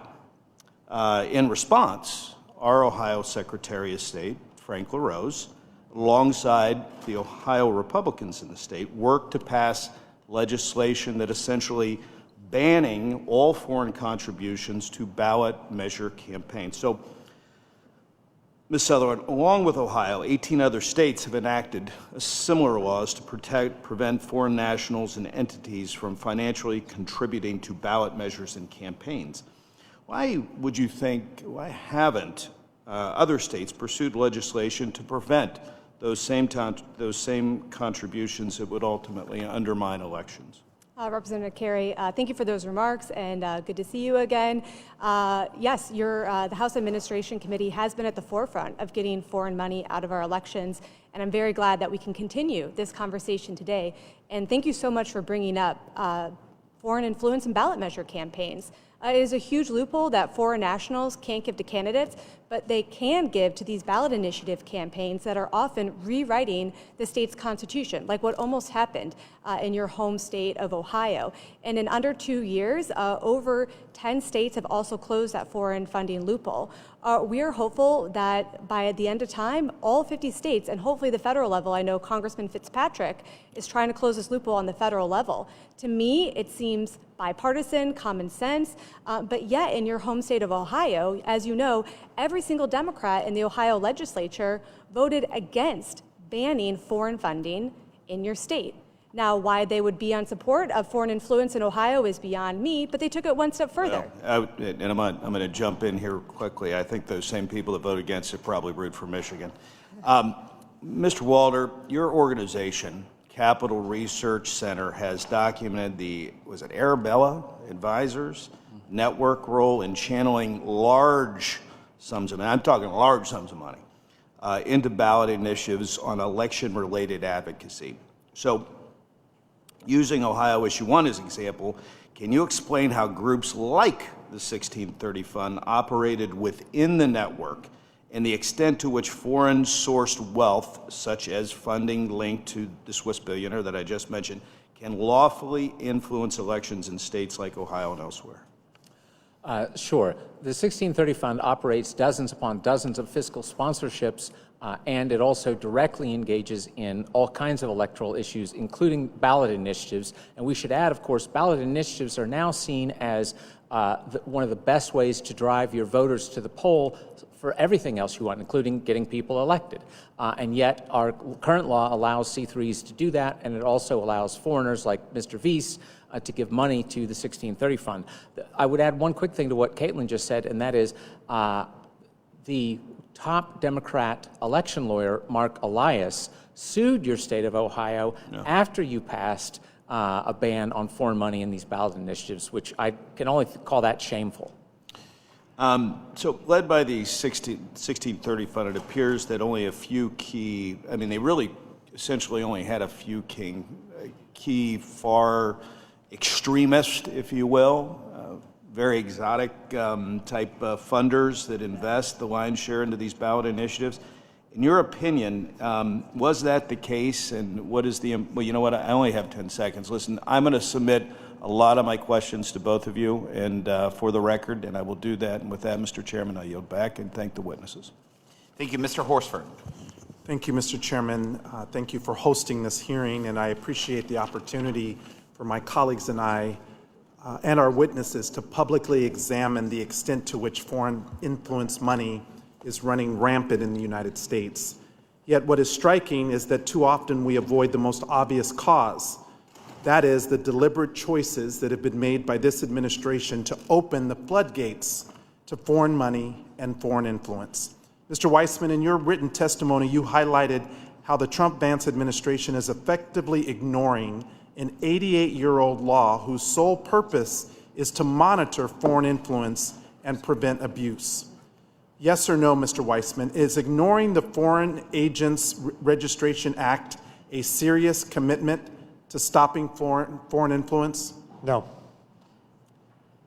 Pam Bondi was confirmed as Attorney General on February 4th, 2025. As one of her first official acts the very next day was to announce minimal enforcement of the Foreign Agents Registration Act and other foreign influence laws. I have her memo here for anyone who doubts that. I think that the American people and Nevadans back in my home state deserve to understand what that decision means for them. So I'll share an example. On January 21st, 2026, President Trump announced a 39% tariff on goods from Switzerland. That tariff later dropped to 15% shortly after Swiss business leaders presented the president with a Rolex watch and a personalized gold bar.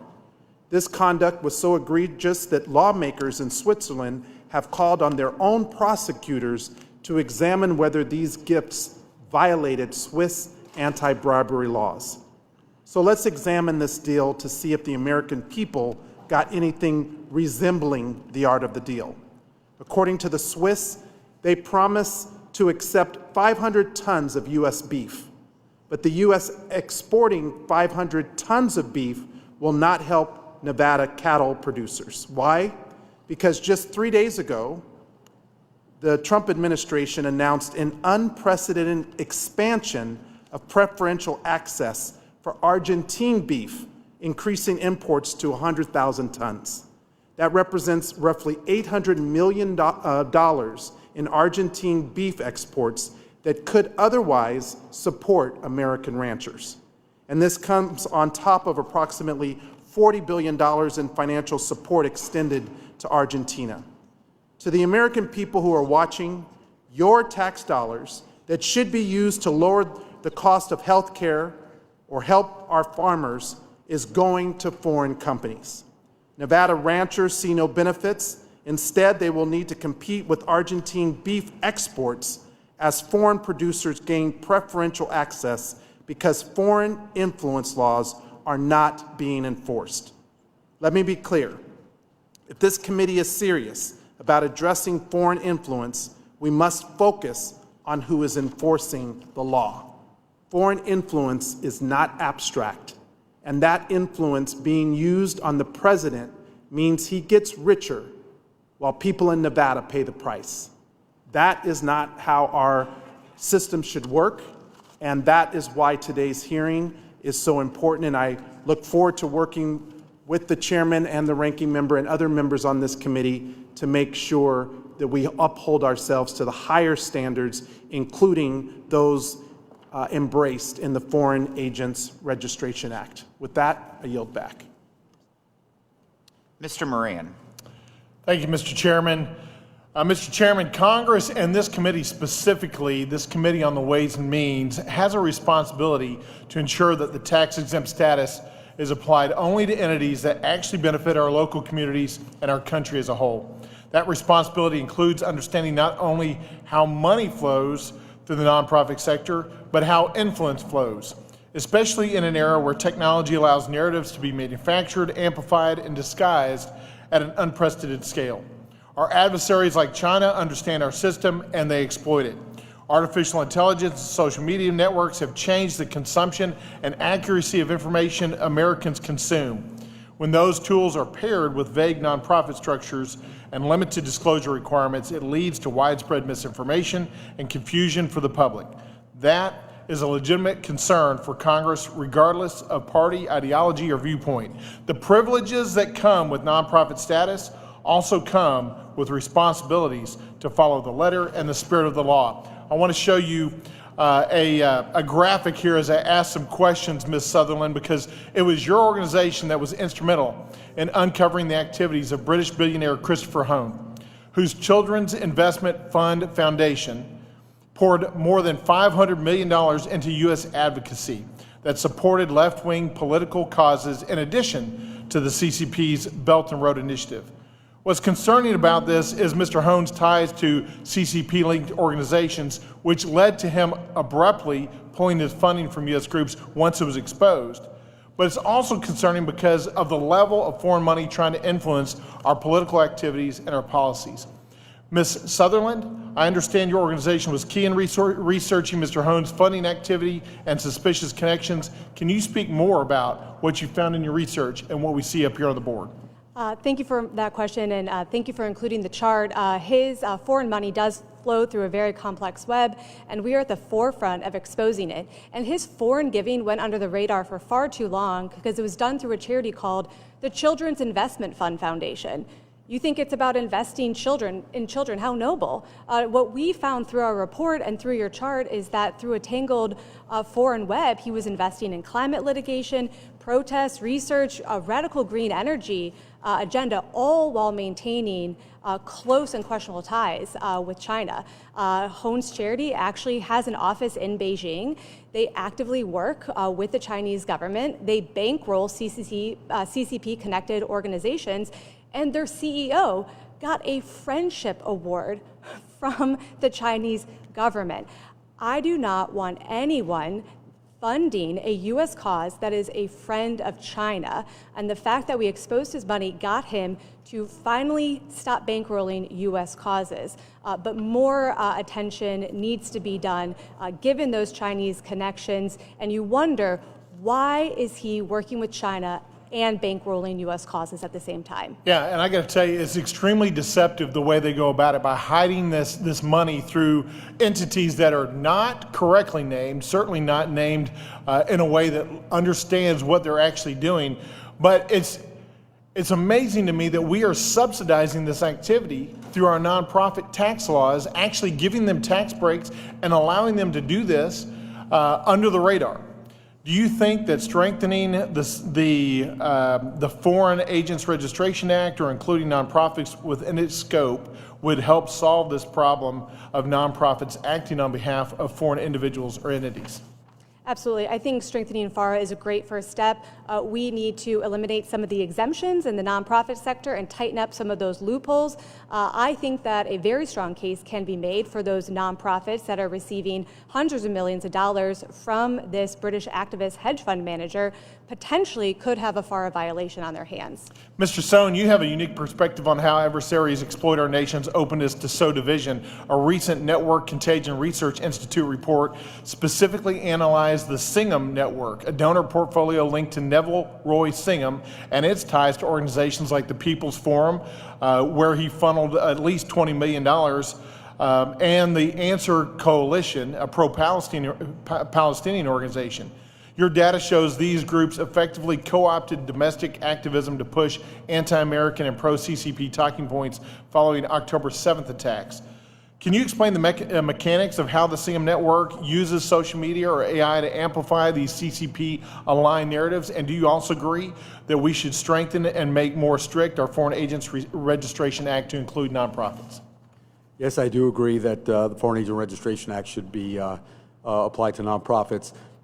So every time Americans see these staged and amplified protests that shut down bridges or block hospitals, they should know that these are multifaceted efforts. They're funded by millions of dollars, designed to rile up Americans and join these foreign-aligned, these hostile nations to the American public. I want to give you an example. If you look at Wall Street, if you have 1 million people on social media say, buy this stock now, that's legal. If you have a bot army that looks like 1 million people being run by one person that says, buy this stock now, that's illegal. It would be called painting the tape, I believe. So I just want to try to apply that now to what's happening with foreign influence. They're using these narratives, and it brings about authentic activity. So just like you'd have in the stock market, if you have a bot army that looks like 1 million people, it starts to get regular people engaged. Next thing you know, a stock's being pushed up or a stock's being pushed down. And it's a combination of inauthentic and authentic activity, but it's born out of designed inauthentic activity, and I think that's what you're seeing here. Yeah, and just to finalize, Mr. Chairman, I know I'm out of time. We're not talking about curbing free speech here. We're talking about refusing to subsidize foreign agents that are engaging in covert activities that are impacting our policies and our politics in the United States, and that is not what we should be doing through our tax code. With that, Mr. Chairman, I yield back. Mr. Moore. Thank you, Mr. Chairman. As my colleagues on this committee will know, I have been a very vocal supporter of charities, foundations, the larger nonprofit sector. My previous time in Congress was in the social impact space, in consulting an array of philanthropic and efforts through corporations that are trying to, do their double bottom line differently, and through just individual philanthropies. So big, huge supporter, and maybe one of the most vocal. I champion the enactment of the Charitable Act, giving everyday folks an above-the-line deduction on their donations, and have highlighted the importance of private foundations because of the impact that they've had, particularly in Utah, but I know that happens throughout the world.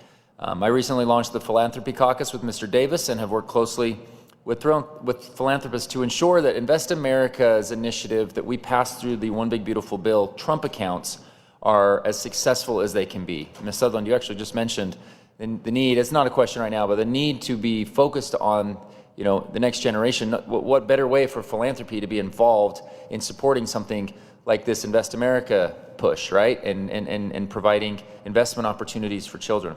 That said, our witnesses have pointed out today, it's clear that in some cases, foreign actors are taking advantage of this sector. Foreign money should not be funneling through nonprofits into our media or to our education and especially into our elections. This type of influence should not exist, and it should not ever to fuel this type of hostilities in our country. If we want a strong nonprofit sector to survive and for more support to come towards it, which I would love, we should all want to make sure that the loopholes are closed and that there is immense trust in the system. Mr. Dubinsky, you've addressed some of this today, and many of you have talked about it, but I want to just ask one more simple time. What specific gaps in the IRS's current tax-exempt oversight system are at the root of this problem? Quite simply, lack of information that's actionable.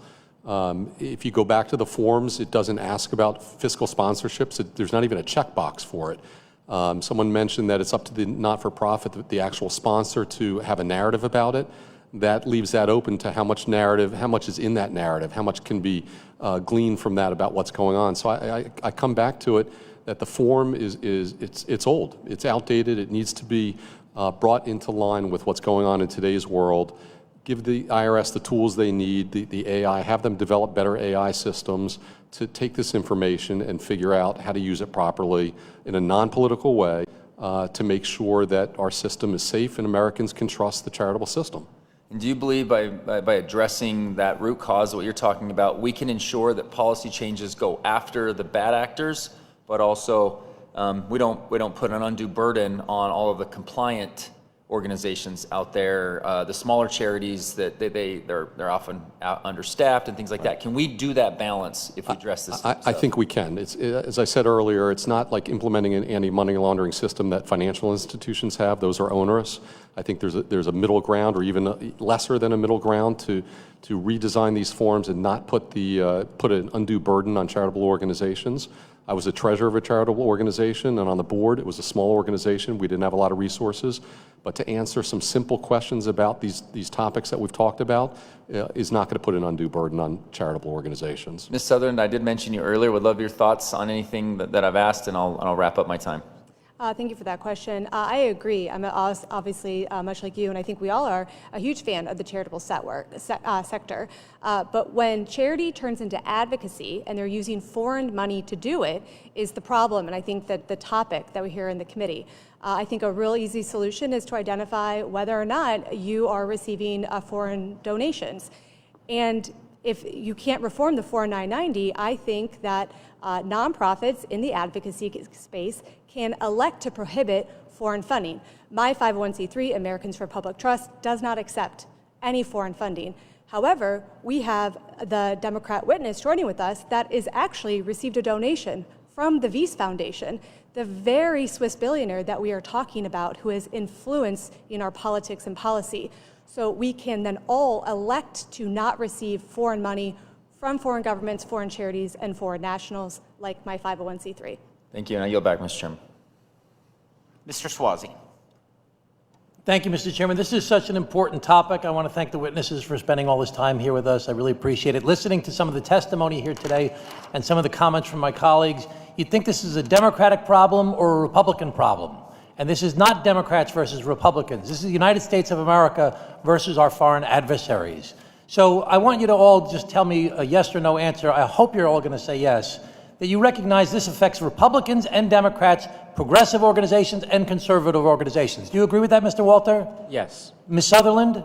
Yes. Ms. Stone? Mr. Stone? Yes. Mr. Dubinsky? 100% yes. Mr. Weissman? Yes. Okay, so our country is so divided these days. People are being pulled apart from each other, and there are 4 factors that I've identified. I'm sure there's more, but there's 4 factors I've identified. One is we have all these safe seats in Congress you can't lose.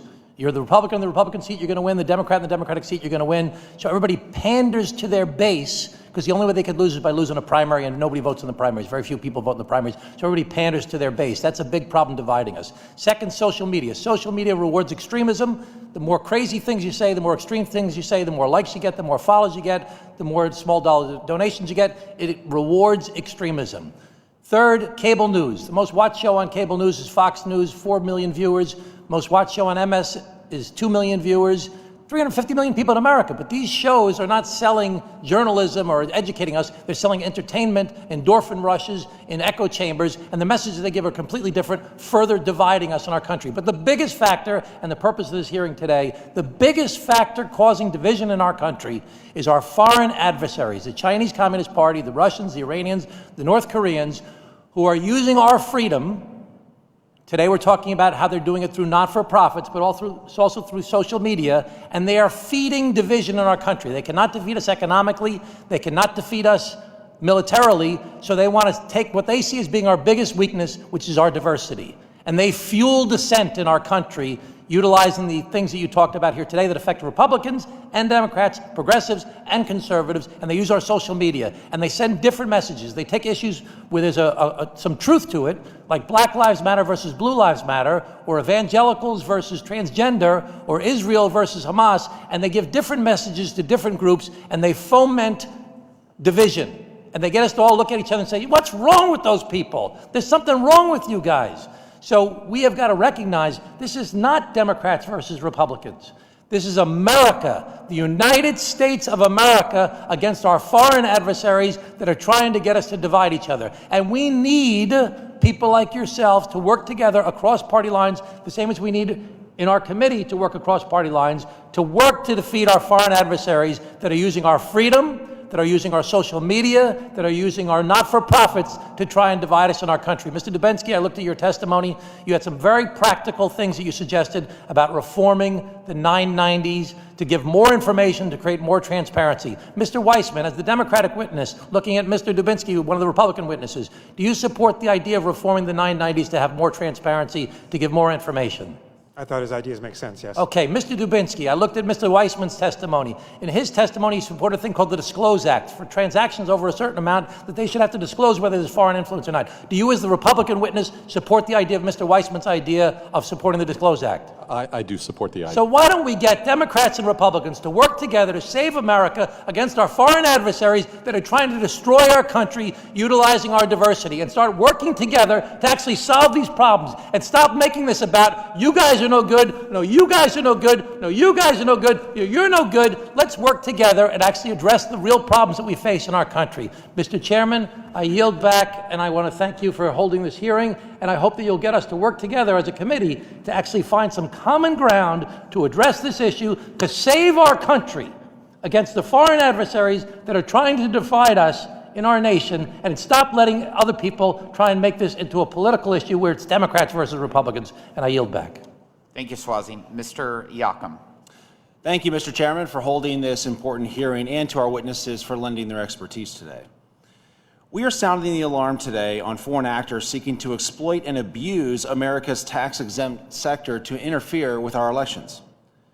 I want to focus on Mr. Hans-Jörg Wyss, a Swiss billionaire that the New York Times has called, quote, a leading source of difficult-to-trace money to groups associated with Democrats, who routes money through, quote, a daisy chain of opaque organizations that mask the ultimate recipients of his money. Mr. Wyss has leveraged a web of 501c3 and C4 organizations to donate hundreds of millions of dollars to groups that help Democrats in elections. These groups also undermine American energy independence, and they promote other radical, woke causes. The New York Times notes that, quote, several officials from organizations started by Mr. Wyss and his team worked on the Biden transition or joined the administration. When the FEC investigated some of these organizations, the groups declined to offer specifics about what practices they have in place to ensure that money is not used to pay for ads or electoral activity. Ms. Sutherland, can you walk us through the actual mechanics here? When Mr. Wyss donates to a 501c3 or C4, what specific steps allow that money to reemerge in a political action committee? How can auditors trace this money back to him when the current system makes it so easy for a foreign donor to launder contributions like this? Thank you very much for that question. And as you can see, that Hans-Jörg Wyss channels most of his foreign money through the Arabella Advisors Network, using his 501c3, the Vies Foundation, and his 501c4, the Burger Action Fund. He has funneled over $307 million through the Arabella Advisors Network to impact a whole host of causes, from ballot issues to climate change. And what makes it very difficult to track is the web. And however, at the same time that he is using his foreign money through this network of nonprofits, it is all going to these issue advocacy campaigns that are allowed to be funded with foreign money. And also, what is very complex here, and I think what we can all see is tracing the money back, is there is a huge delay in when this money is reported. This Friday, we will finally find out how much Hans-Jörg Wyss spent in the 2024 cycle. So here we are, February 2026, we finally get to find out how much foreign money was spent through the Arabella Advisors Network almost 2 years ago. So yes, the money is going through a daisy chain of opaque organizations, but it is good that we are unmasking it. And we do see the groups that are large recipients of his foreign money. It's Indivisible, it's 1630 Fund, it's the ACLU. Thank you. Mr. Wiseman, Mr. Thompson asked you and the other witnesses to, quote, clarify under oath that your organizations have never received funds from a foreign national or foreign corporation. Your reply was, and I quote, not to my knowledge. Public Citizen's 2014 annual report counts the Wyss Foundation as a, quote, major donor, and it has named the New Venture Fund a known vehicle used by Hans-Jörg Wyss to launder his foreign influence as a donor to your publicly available report since 2012. So I'd like to give you a chance to clarify that under your certification, under oath, that you have not taken funds from a foreign national. Well, I think those are coming from U.S. foundations, which makes the issue a little bit more complicated. So you think it makes it more complicated, even though his name is listed on your report here? Well, it's his named foundation. It's not him. Yeah, the Wyss Foundation, which is funded by Mr. Wyss, a foreign national. But it is not a foreign organization. So again, I'm just asking you to clarify. If you will, let me finish. I will clarify. That is, you are accurate. Our policy of affirmatively not taking foreign money is a more recent policy, and we have affirmatively taken efforts to make sure we do not. I do not believe we had considerably in the past, but the policy was not formalized. And I think this case, I don't want to get into the details of this. There's no question. There's no question what you're reporting is correct, and I'm not. So I'd actually like to go into the details of this because, Sure. Again, Mr. Thompson asked you under oath if you've taken money from a foreign national. So would you clarify and say that you have indeed taken laundered money from a foreign national, or would you stick to your earlier response of under oath of saying, no, we've never taken money from a foreign national? Which is it, Mr. Wiseman? That is not money from a foreign national. Okay. Thank you, Mr. Chairman, and I yield back. Mr. Miller. Thank you, Mr. Chairman. I really appreciate that. Thank you to my colleague, Mr. Yakim. That was quite the exchange. I appreciate it for everyone who's watching. I'll just get right into it. Mr. Walter, maybe you can help clarify this for us then and help us with what my colleague was asking. So from what I've heard so far, America's enemies can funnel as much cash into the nonprofit sector as they want. So let's go through this hypothetical scenario and let's just see if I'm right or I'm wrong, and please tell me so. Theoretically, is it possible for Xi Jinping himself to entirely fund an American 501c3, I'm not done yet, by donating it through a donor-advised fund without the public ever seeing his name on that C3's Form 990? Absolutely. Just again, so it is possible that Xi Jinping himself could do something like that? There's no legal barrier whatsoever. Thank you very much, Mr. Walter. I appreciate it. As a follow-up, Mr. Dubinsky, is anyone within the United States government currently tasked with looking into these covert influence operations? And if not, would the IRS be an appropriate agency to employ skilled forensic accountants to sift through these funding networks? So I think that the answer to the second question is I think the IRS would be a good place to start. I don't know whether the NSA or somebody else in the government is actively looking at this, so I don't have knowledge of that. Okay, thank you very much for that answer. Mr. Dubinsky, so essentially, as what you're telling me, one, possibly there are essentially no disclosure requirements for foreign funding, so long as they flow through a DAF. And two, the only people within the United States government who are looking into this are pretty much already extremely overworked, or there's just not as much agencies or direction that should be looking into it. I think that's correct. Mr. Dubinsky, do you think it would be valuable to set aside some specific resources at IRS, CI to tackle this problem?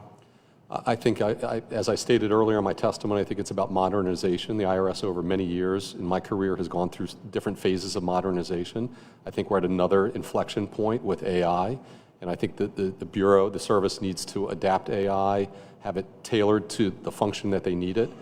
So whether there's funding there or not, there should be. Thank you very much. And earlier, I believe it was this term, we had another hearing, maybe it was a subcommittee hearing or a full hearing, but at the IRS, we still have fax machines, which I find incredibly fascinating that within the United States government, we still have an agency that's using fax machines, as I have a supercomputer in my pocket with AI and ChatGPT and everything else. Look, thank you for your time. I know it's been a very long day. I do appreciate it, and I do appreciate your questions, your answers to our questions. Mr. Chairman, I yield back.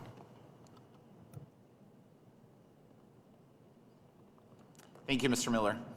I'd like to thank our witnesses for appearing here today. Thank you for the conversation, the discussion, answering the questions.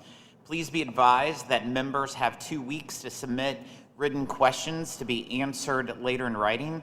Those questions and your answers will be made part of the formal hearing record today. With that, the committee stands adjourned.